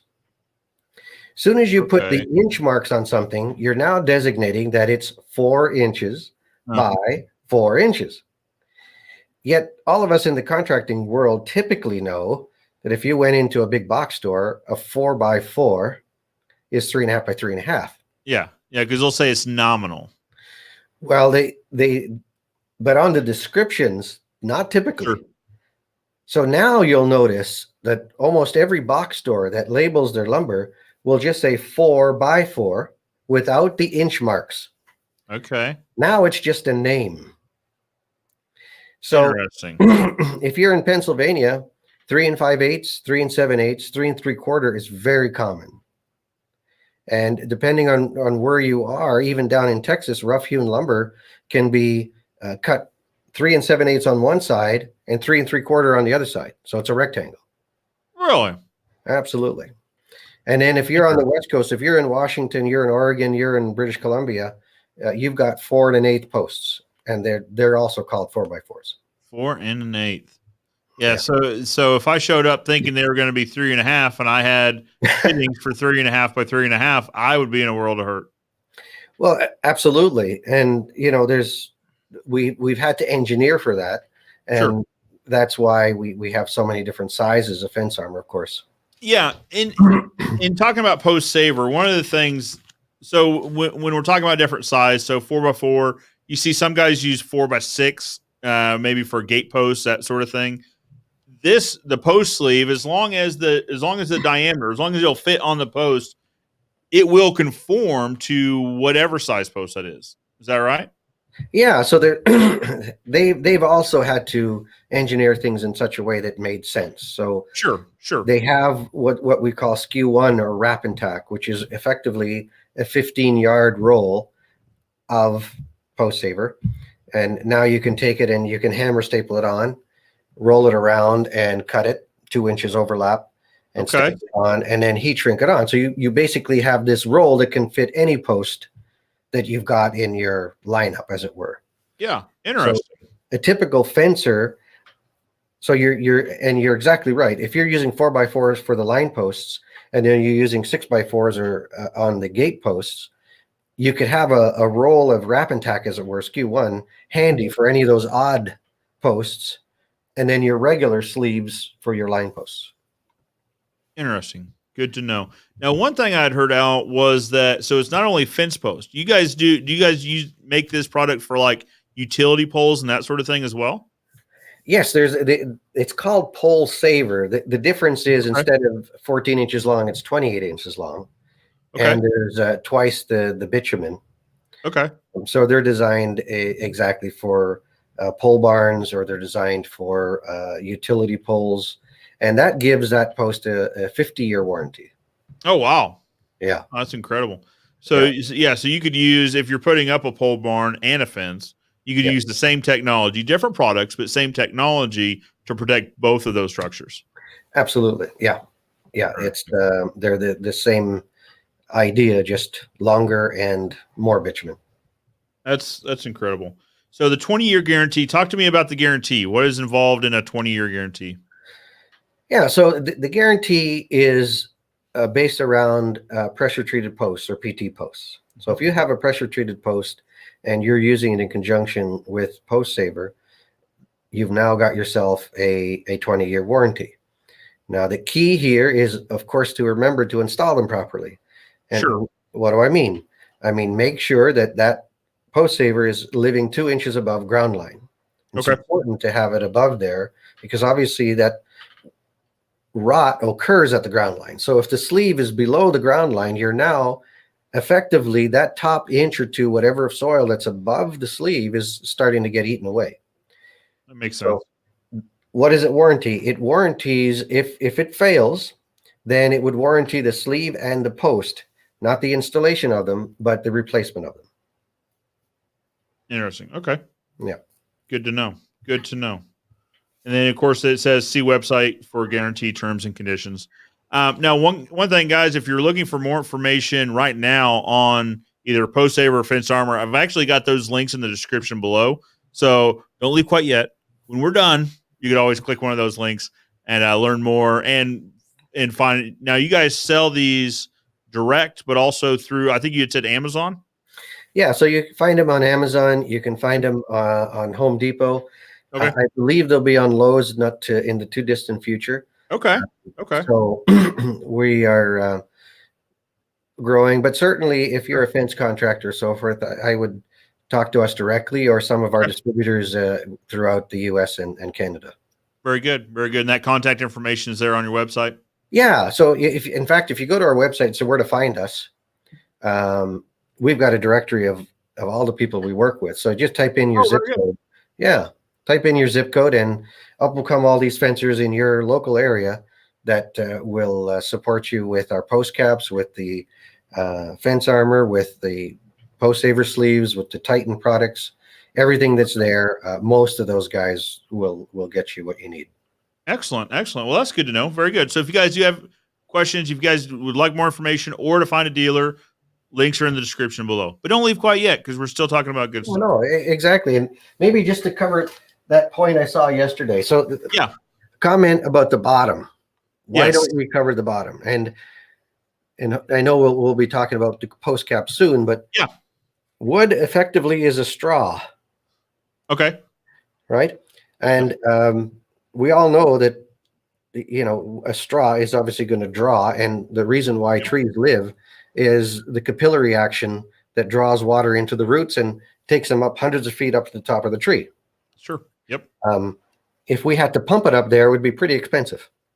But the way they've been designed, you've got this capillary action. So how does this affect your post? Well, and that's why some people put gravel at the bottom. There's all kinds of other ideas. Whether that's a good idea or not, I'll leave that to your definition. Sure. Absolutely. But when you have a sleeve on here, that wood stays dry. It stays typically less than 25%, if not less. So if this is dry in this 12-inch area that's living in the ground, and it's wet over here, you need to have moisture here for it to be drawn up. So the water that's here can't get to up here because there isn't any capillary action. So it might get to about here, but it's dry now. Yep. There's no more moisture above to draw it further. Exactly. So would it hurt to cover the bottom? Probably not, but you don't need to cover the bottom. And that's the reason for that. Understood. Good to know. Good to know. Yep. We are learning all sorts of good stuff today, Al. I really appreciate it. Oh, God. So Eric says, do you have a website where it shows the design on a fence is adequate to the elements of its surroundings? You have a website where it shows the design on a fence. Yeah. So Eric, I probably answered this question when I said there is a link in the description below. They'll take you to the Postsaver site. And so you can either click there and you can learn more about the product. And if you have further questions, you can contact them directly. Oh, you're welcome. It says, you're talking about the different size 4x4s. Is that why your 4x4 post caps cover a range of sizes? Will you do different sizes like 6x6? Nancy, this is a great segue. Thank you to talk about the caps, because this was Al walked me through when I was opening these up, and it took me a second to process exactly like the genius that goes on with these post caps.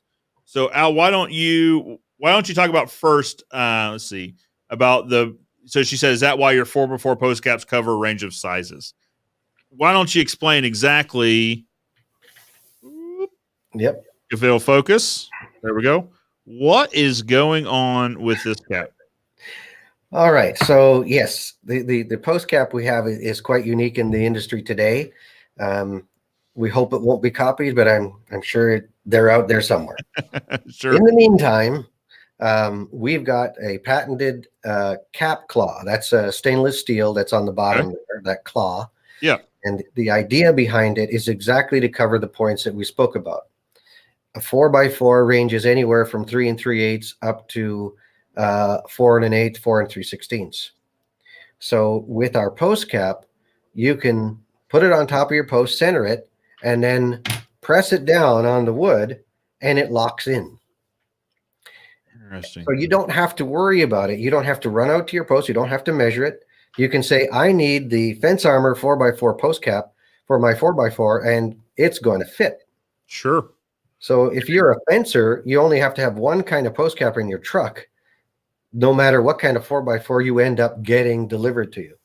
Yeah, no matter whether it's 3.5 or 3 5/8 or anything. Yeah, that's it. And it's just, and let me tell you, folks, these are sharp. It came with a warning. These are sharp, and it is not joking. And you want it to be. You want it to grab securely onto this post so that and one of the nice things this prevents too is kids coming by and wanting to take these as well. If you guys have kids in your neighborhood, like I've got kids in my neighborhood, sometimes they just get curious and they take it with them. Now, one thing that happened in our office, Al, is these post caps are interchangeable. So this one has a Texas Star. We can take it off and we can say, switch it out for a Trident. And this Trident looks really neat. I like it a lot. We'll line it up. We'll thread it on. So what happened in our office is the Texas Star caught someone's attention, and they got really curious about it. And so when I was going through the package contents with me, he's like, "Can you see a Texas Star?" And I was like, "Oh, that's weird. There's not one here, but I bet it's here. I bet I know where it is." And then sure enough, it was exactly where I thought it was. But the point being that the post caps are also interchangeable. So in a matter of a couple minutes. Beautiful. The post cap, when it comes without a finial. So it's just got a 1/4 inch machine screw on the top, and you can just use the post cap.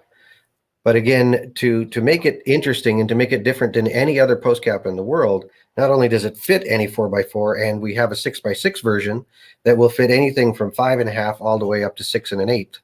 So we've got that covered. You can then suggest to your customer, hey, we've got 6 different finials to, again, drive that design aspect of that customer's home. Absolutely. Now, Al, this is the Acorn. If I can get it to focus on the post cap and not on me, maybe. Again, I'm a fence guy, not a tech guy. So this Acorn has a unique function.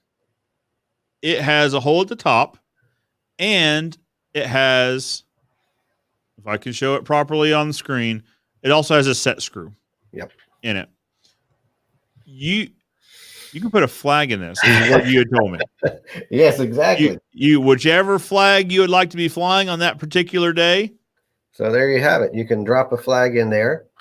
So you're going to the races this week, or your favorite team is out there. Richard Petty is racing. His son is racing. Yeah. Stick that in, set the set screw here, and now that's locked in. So you've got your flag there too. Yeah, sports teams, your national flag, sure, what have you.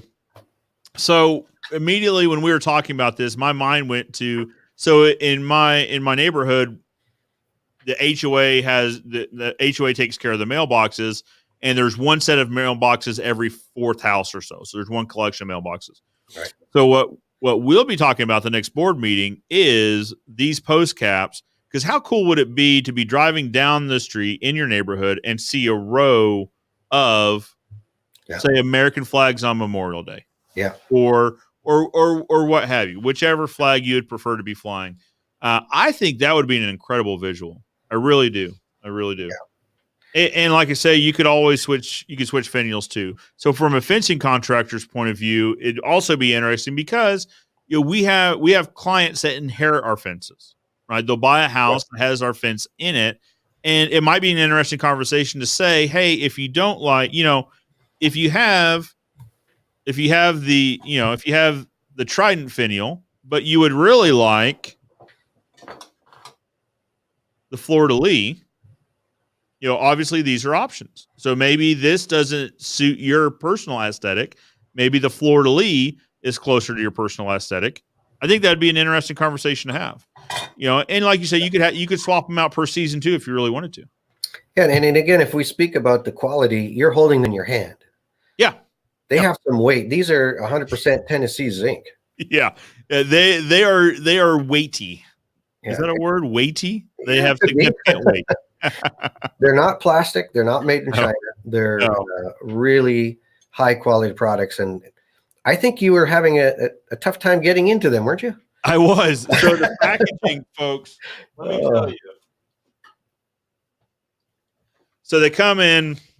I probably shouldn't have opened them all, I guess. But I was like a kid when I'm looking at all of these. I was like, I want to get into them. Yeah, they'll come in. They'll come in packaging similar to this, of course, with a Trident inside. And I was having a significantly harder time trying to get into these. The plastic the plastic bags that these are in are very tough, and they're sealed. So I'm sitting here trying to open them, and so finally I had to find my keys. All right, let me get into this thing. Even the packaging is well made, Al. I appreciate that. We didn't want them to disappear off the shelves a little quicker than they were intended to. Designed to. So the idea behind, again, when the finial comes to you, it comes with a 1/4 inch nut. Yep. 1/4 20 nut. Yep. Now, you don't need to use that nut in the application if you're using it on our post cap. Sure. Right. But if you have an existing post cap and you want to use it, just drill a 1/4 inch clearance hole on the bottom and then drop in our finial and use the nut. And now you can use our finial on any post cap. Yeah. Yeah. So you would just simply take the nut off. Actually, I probably shouldn't hold this upside down. Take the nut off, insert it, and then you could tighten this onto any post cap. Yeah. And that's a great way to add curb appeal to your customer's fence, and even an opportunity to go back after the fact and say, you know what, we've got this new product line. Would you like to have some finials on your posts or on your gate posts? Well, absolutely. And that was one of the things that we had kind of brainstormed yesterday was I could see this being part of a quarterly newsletter saying, hey, have you seen this finial? The finial spotlight this quarter is the Triad or the Fleur de Lis or what have you. For more information, contact us directly to do a couple things. One, remind people that you're there. Two, remind them that they have options, right? And you brought up a good point too, to where maybe you use the acorn with a flag for your gate posts, and you used another finial, the Texas Star, on your other post, or the Texas Star on your gate post and triads throughout, or mix and match however you'd like.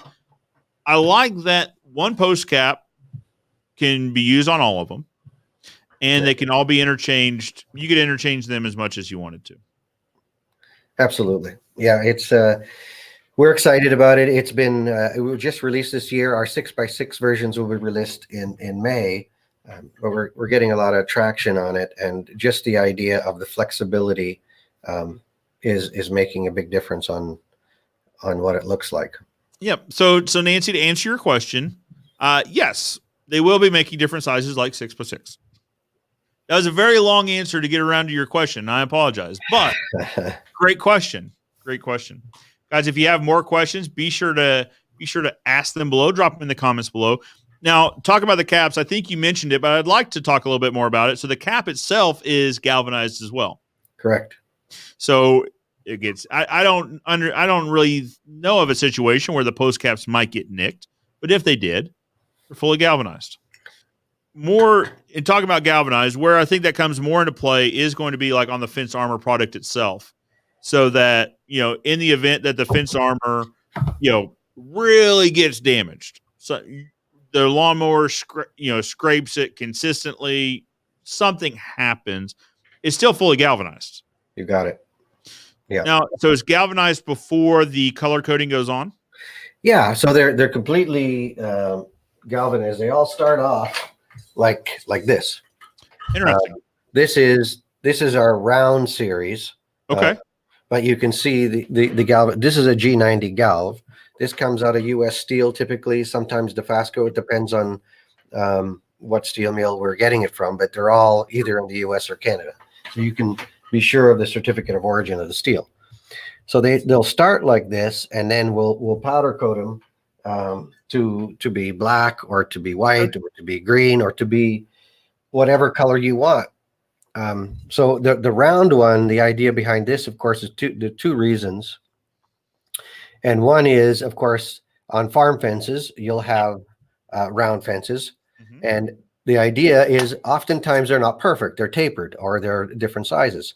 So Okay. you'd set a screw here, and then you'd wrap this around, and then you would conform it to the post.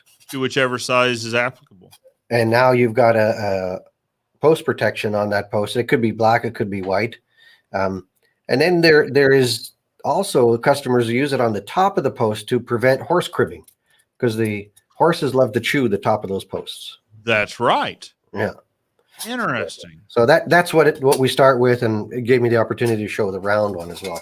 Yeah, of course. Yeah. And to just illustrate your point, to really send this home, pretty much everything on my table that you guys make, whether it's the caps, the sleeves, the fence armor, is an American product.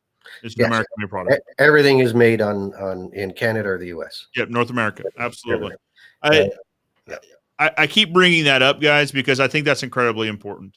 One thing we're passionate about here at Ozark Fence is taking care of our community. Now, when we talk about that, we're talking, of course, in terms of our local community, right? Taking care of kids here in Springfield and surrounding communities. But really, I think it's important too to try to take care of the community as a whole, the larger community. In talking about in North America, in Canada, United States, Mexico, we're a larger community, right? We're going to be the North American community. And I think by buying American made, North American made, I think it's important because it helps take care of our brothers and sisters around us. Yeah. I mean, it goes certainly to our corporate culture. But again, if we keep in mind, always the first thing is quality. And I think synonymously over the years, people have always recognized North American steel to be some of the best in the world. So that goes without saying. Yeah. It's also the most recycled product out in the marketplace.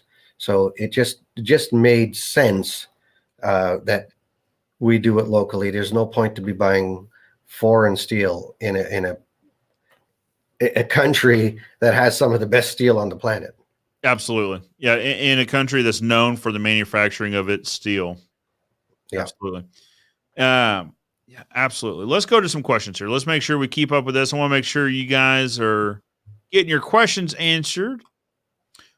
Well, Nancy says, thank you both. Great live stream. Very informative. Nancy, thank you for tuning in. I appreciate you sticking around for so long and staying with us. Luis says, I was just about to ask about posts for rural applications. Al's like that. When you're talking with this guy, he's like, you know what you're getting ready to ask me? You're getting ready to ask me about this, and I'd like to talk to you about it. I don't know how it works, but it works. I know, it just happened. Eric wants to know, what are the pros and cons on wood versus vinyl besides price? So Eric, you're probably talking about just in general, the materials used, pros versus cons besides price. Well, and I'm going to preface this by saying at Ozark Fence, we install more wood than we do vinyl. Actually, we only install a few vinyl fences a year. That's just what's wood's more common in our marketplace. For us, I like the structural integrity of a wood fence over a vinyl. We've replaced vinyl fences that have failed due to wind damage, or now we don't get really cold here. Occasionally we do. Back in February, the February storms, I think we are the low was like -10 with a wind chill -20 or so. It can get cold, and vinyl has a tendency to get brittle.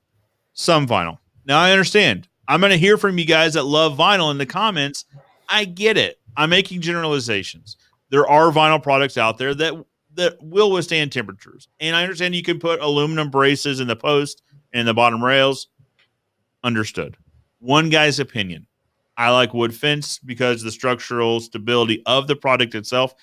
And I like it from an aesthetics perspective of it's a natural looking product. I like that. Some folks like the clean, crisp look of a white vinyl fence. Absolutely okay. But if you're asking me, I prefer wood because structural stability and also it's a visually pleasing. It's a natural looking product.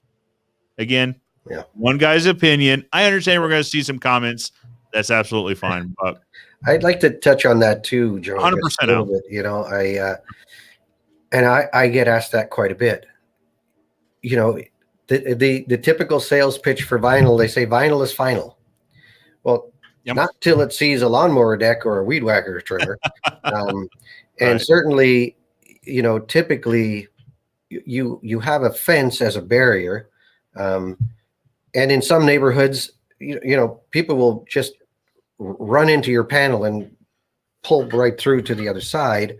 I've seen in golf courses, golf balls go right through those things. Yeah. And I'm not again, vinyl is one of those things that it has its place.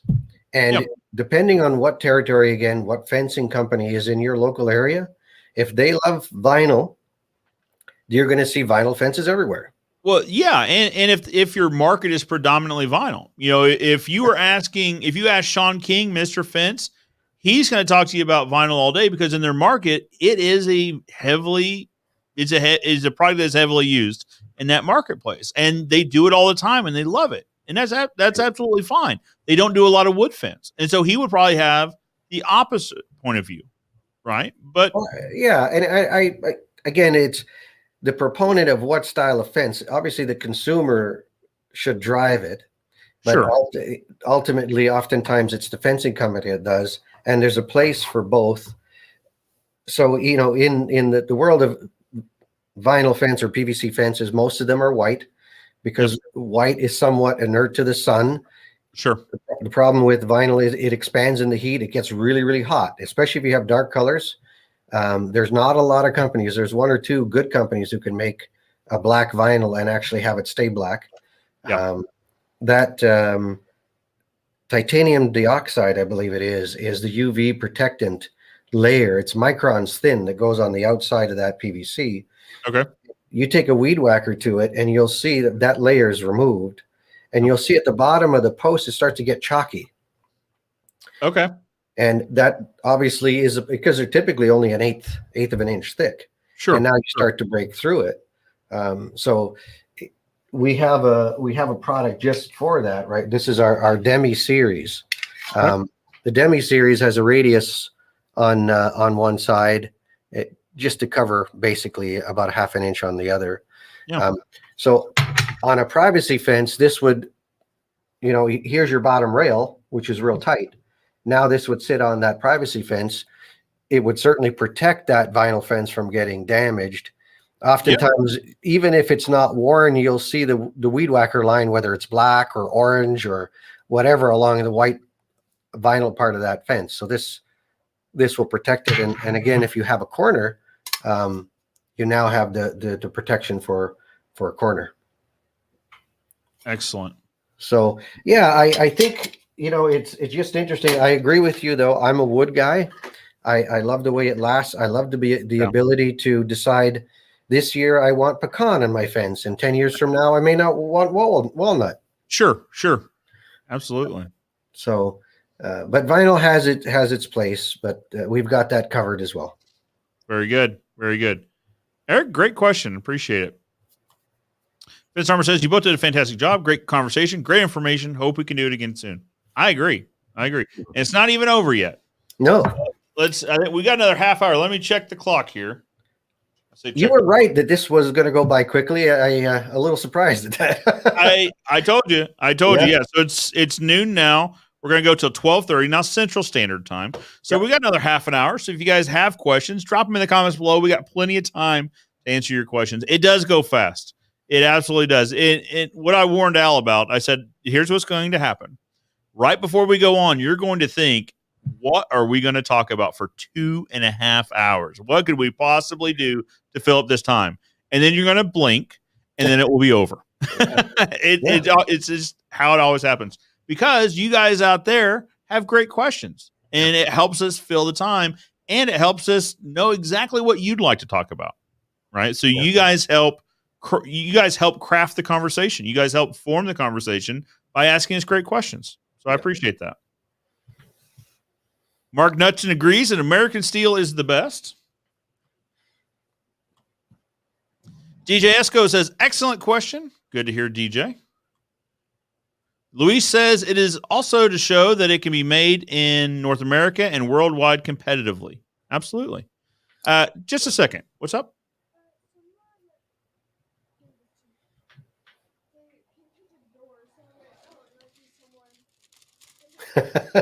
The envelope says. Yeah, we've got an envelope here.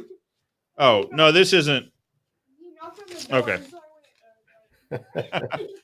Never mind. This is for the fence company. All right. Very good. Well, Macy, come say hello. As long as it wasn't a summons, we're all good. Yeah, that's right. No. So, everyone, this is Macy. Macy. This is everyone. Specifically, Al Martins. Hi. Good to see you. Al's meeting us today from Canada, from the Great White North. Yeah. You doing all right? Yeah. Macy's working with me today, so she kind of gets a behind the scene look. That's great. But yeah, so Lewis's point is correct. It can be made in North America and worldwide and be competitive. In terms of steel and really anything metal.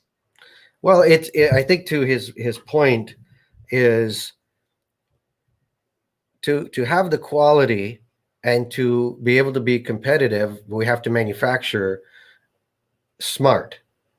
To compete against offshore manufacturers, we have to start with the best quality components, and we start with the best quality steels, the best quality powders. All of that is crucial. But then we have to be smart. So, for instance, on our site and on our YouTube channel, you'll see that the molds that we made and how they're made and how effective they are crucial, because if we have to mold things smarter, we have to stamp smarter. So the technology that we use behind it, based on our engineering company, allows us to create tooling that is effectively the best it can be to compete against offshore products. Yeah, absolutely. I mean, it keeps us, I say us, it keeps North America on our toes, right? Yeah. You still have to be efficient. You still have to make sure that your quality is on par or above par of what you would see. But absolutely. I mean, we can produce it, and we can produce it, in a competitive manner with offshore steel as well. Well, no, what I meant to say was, and maybe I didn't define that correctly, because offshore, they have typically a large number of people that can be tied to an assembly of a product at a very low cost in production. Yeah. For us to be productive here, since we don't have a large core of employees we can grab from, they just don't exist. Sure. Then we have to build smarter. We have to build with the correct tooling, with robots, with automation in such a way that I can produce 10,000 a day and build it at such a quality that our offshore people can't produce it the same way we can. Yep. And give a competitive advantage. Get the competitive advantage by producing effectively in North America. And that's what we have to do as manufacturers. We're a little bit more money, but not a lot more money. And the only reason why is because of the methods we use in our manufacturing area.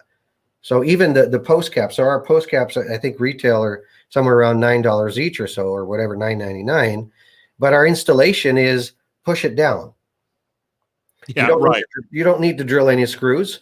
Yep. It installs quickly, and you now have a quality product installed on the top of that fence. Well, you do, and you have a locking mechanism built into the cap, right? I mean, I think that's a benefit that we really need to understand, is that this cap locks onto the post. And this is the first, like you said, I'm sure someone will catch on and all that, but this is the first time I've seen this solution to that problem of neighborhood kids that like to walk away with things. And maybe that's not fair to the kids. Okay. Post caps, or they get blown off, or whatever the reason is. Yeah. But post caps have been known to not be permanent. And so, to your point, it's usually then requires drilling, bolting, or screws, or welding. If we're talking about metal posts. Yeah. Whereas with your locking mechanism, it's just set. Yeah, you put it down, so it makes the fence contractor's job real easy, and it also gives you more flexibility on the style of fence. So having a post cap allows you to have your post standing proud and your panels on the inside, and even if you're using Schedule 40 pipe, or you're using Postmaster, whatever style of post, you can have those clad in some type of wood, and then still use a cap on top. And being that our cap is flexible in size, even if your cladding is slightly rectangular, you're not worried about it. Sure. It'll clip right on, and still allow you to say, Mr. Customer, all these fences are the same, but let's build your fence the way you want it. Absolutely. And it gives you that. And the cap itself, too, is also trying to provide longevity to the fence. Of course, yeah. Because when we're seeing rot, the first place we see it is at ground level. But with the Postsaver, we're solving for that. Yeah. But the next place you start seeing rot is at the top of the post. Exactly. I mean, the water, I understand. Yeah. You can cut it at an angle. It's there. Yeah. But you still have a flat surface for the water to collect on and pool. Yeah. So by putting a cap, one, is decorative. I mean, I think we've talked about that. It is incredibly decorative. But two, it's also functional. Is that it's going to prolong the life of that post by preventing rot from being at the top of the post as well, the end grain of the post. Yeah, and I have I'll just grab this here just to give you an idea. I'm not sure if this will look good in front of here, but certainly you can see. Well, you can see the caps there. You can see the finials on top of that. But you imagine this. Now I'm behind bars. But, you have a privacy fence, but at the top, a lot of times you're using lattice. Yes. But we also have another great product which allows you to use certainly on your deck railing. This is aluminum, again, American or Canadian aluminum. And you can put those in place, and now you can build let's say a fascia at the top that allows you to look through. So you have a beautiful view on the other side. Again, this allows for another decoration. Same thing with the shadow rails here on the side. It really allows for a nice look to your top of your fence or whatever decoration you're making. That's right. So I just wanted to share the quality and how it looks. So now you've got these posts, you've got, it just gives a whole other level. So when your clients are looking at you, they're going to say, I want a fence from you because you've got the most choice, the most variety. And most customers like to stand out a little bit from their neighbor. Absolutely. Well, and it gives an incredibly finished look too. Yeah. More so than just a standard traditional fence. Yeah, for sure. All right. Let's see here. DJ Esco, I would assume it also warps. So maybe this might have been when we were talking about dark vinyl. So dark vinyl does tend to warp more than a white vinyl would. But when we're talking about warping, we also had that conversation where we're talking about wood also. So I think you can see that on either side. That's ingenious. I say that a lot when I'm talking to Al. Okay. Roger says, "Thank you, Joe, for showing us why you do what you do, and that's you are, in fact, the real Joe Everest." Macy is adorable. Yeah, Macy's a good kid. Macy really is a good apple for sure. So she came to work today to make Play-Doh. So that was all. We have the new facility here has a kitchen in it that we're not as worried about getting dirty and making messes. It's a little bit easier to keep clean. So she came to make Play-Doh today. Proud dad moment. Orange Play-Doh. Of course. I liked that a lot. Oh, that's funny. Okay, Eric, you're gonna have us have this conversation, and that's fine. Is cement mix for post best used dry or wet? So gonna depend on the application, right? I'll say this. So it depends also on the manufacturer's recommendations. So if we're talking about Quickcrete, the fast set Quickcrete, the manufacturer actually suggests that it get poured in dry with water placed on top. Manufacturer's recommended practices. A lot of guys will set wet. We do. We'll pre-mix the concrete, pour it in the hole so that we know it's a consistent mix.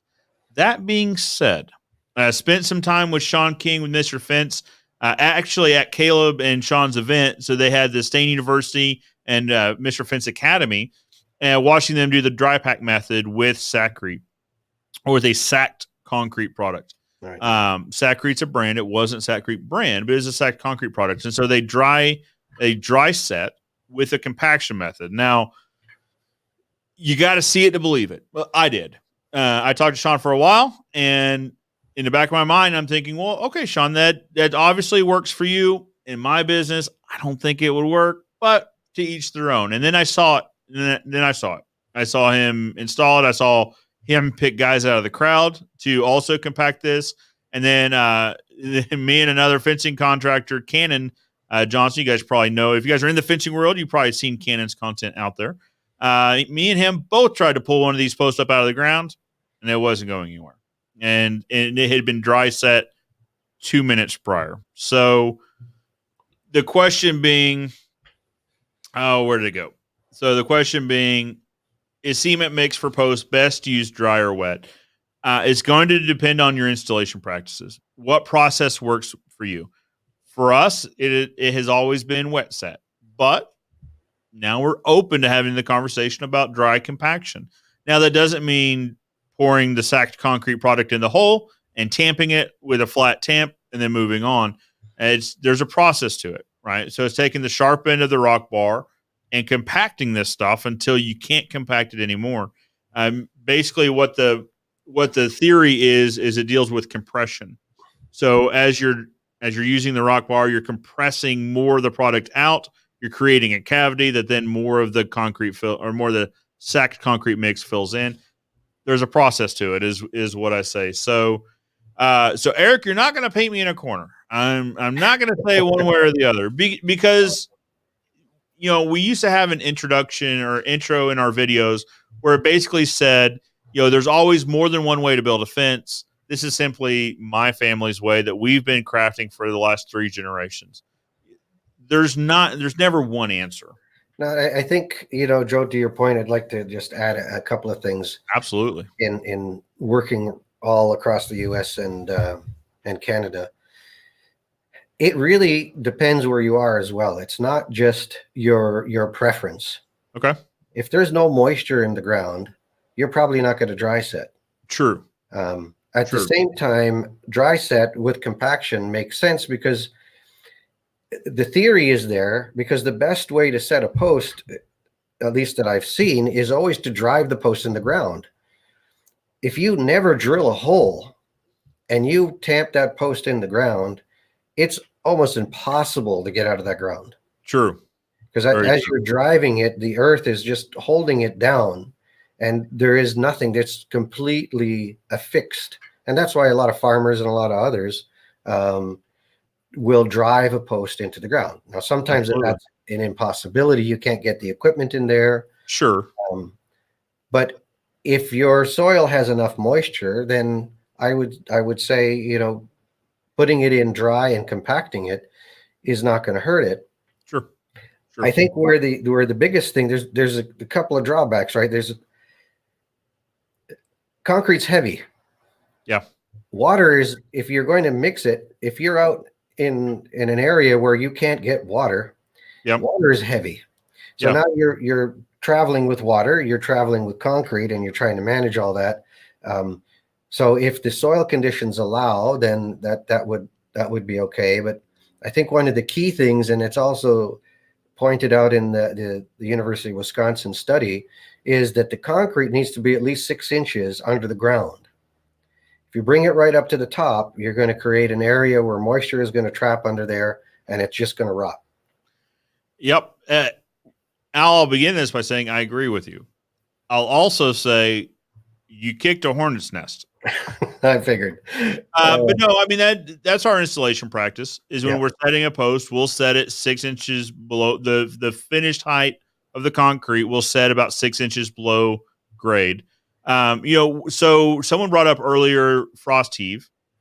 One of the benefits of having concrete below grade is it's also going to have that top crust that when it freezes, help prevent frost heave as well. Sure. But no, Al, you're right in that in a lot of the comments you'll see, and actually we had a video, a reaction video probably 3 or 4 months ago that talked about bringing concrete above ground and then doming it at the top, which is a common thought. It's a common process, but the unpopular opinion being that you're actually doing more of a disservice by bringing concrete above grade and doming it than you would be leaving it below grade. Yeah. So Mark's weighing in that says cement's never good. So Mark's on the no cement side of this discussion, and that's fine. There will be folks on both sides of this discussion, I promise. Yeah. Roger says, let Macy know she can make her own natural orange dye from simmering onion skins and water, just the dry paper leathery part. Well, Roger, we will now be conducting science. No, that's not a science experiment, I guess, but we will now be giving that a shot. Sure. So natural orange dye from simmering onion skins and water. Yeah, just a dry, papery, leathery part on the outside. We will be giving that a shot. Just as a side to that, if you're ever boiling up shrimp, it's an old Portuguese way. Of course, you put salt in the water, but you put onion peel as well. And the onion peel will give the shrimp a nicer pink than they already are. We've learned something new already. Again, you learn something new every day. Onion skin in when you're boiling your shrimp. We're going to give that a try now, too. Mark's clarifying his cement is never good comment by saying, let me clarify, cement never where you have humidity. Okay. He goes on to say 100% driving is the best. Never seen a telephone pole post in concrete ever. Why? Makes the post rot. So telephone posts are an interesting discussion. So the reason we did testing on the foam, on expanding foam, is because you see it used a lot in utility pole installation. So my sister Sarah's fiance is in the engineer field where they deal with utility providers in the installation of their poles and things like that. They actually do the engineering side of the post of the layouts. I'm not 100% sure exactly what he does, but he's on the engineer side of utility. And his point being, you see foam used a lot by utility providers, by the utility pole installation companies. We gave it a shot. Didn't necessarily work for fence post. If you watch the videos, we used Sika Pro Select. We've actually used them twice now. Neither one performed very well. And this last time we used a product called Post Lock, performed better, but not as good as the control of concrete. Yeah.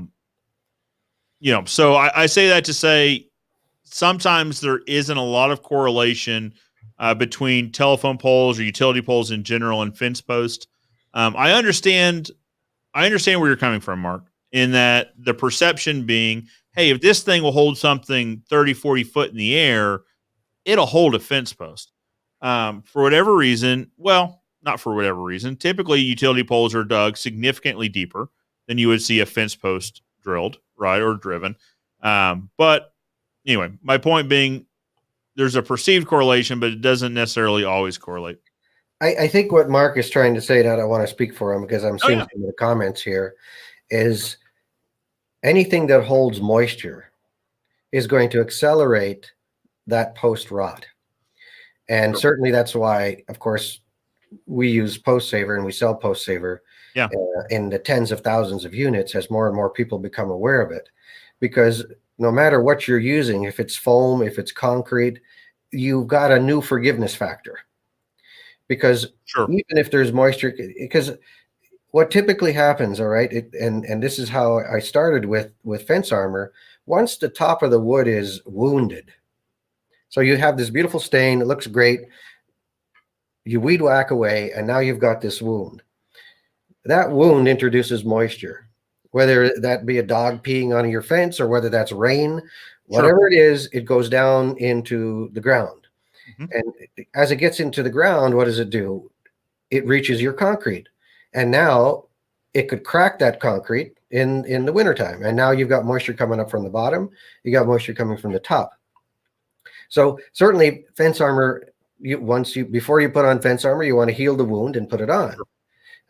But if you're putting in a brand new post, and I would never put a post in the ground now without a Postsaver sleeve, because now whether you're using whatever type of method to hold this in, even if you're tamping it down, moisture will still be in the ground. But this will prevent that moisture and air to get to it. And hopefully that helps answer that question, because he's right. Moisture is not a post's friend. Absolutely not. Yep, I agree. Akito says, I'm not against a time constraint. I'm not against time constraint, fast setting or traditional concrete. So with no time constraint, now, okay.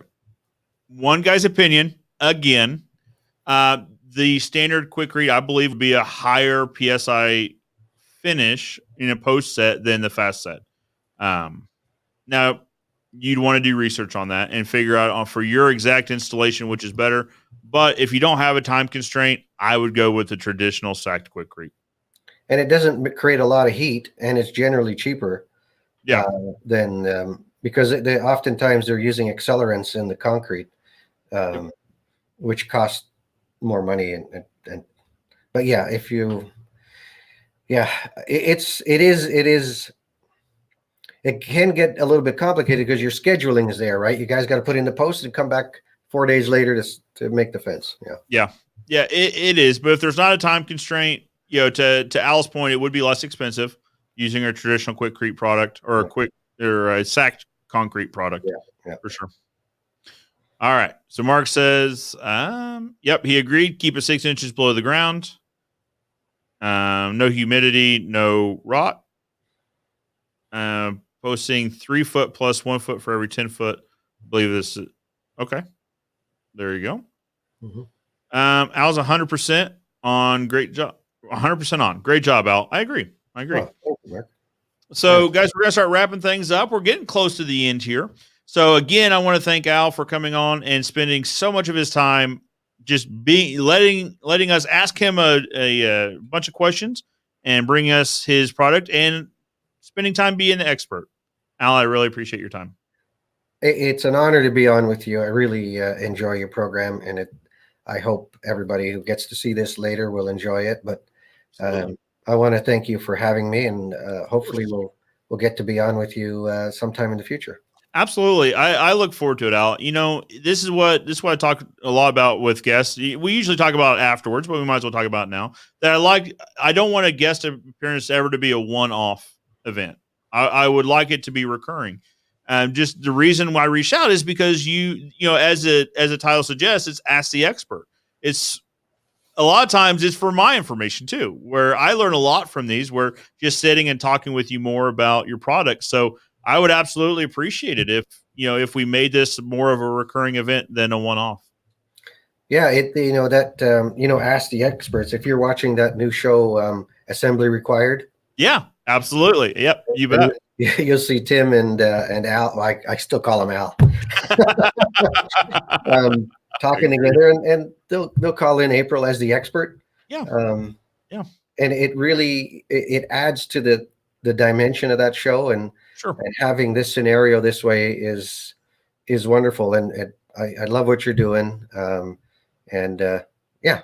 Well, the big thing is it gives us a wider breadth of experience, right? So, so last week we talked to Tom Reber about finance, about getting your finances in order. We're talking about gross profit and markup.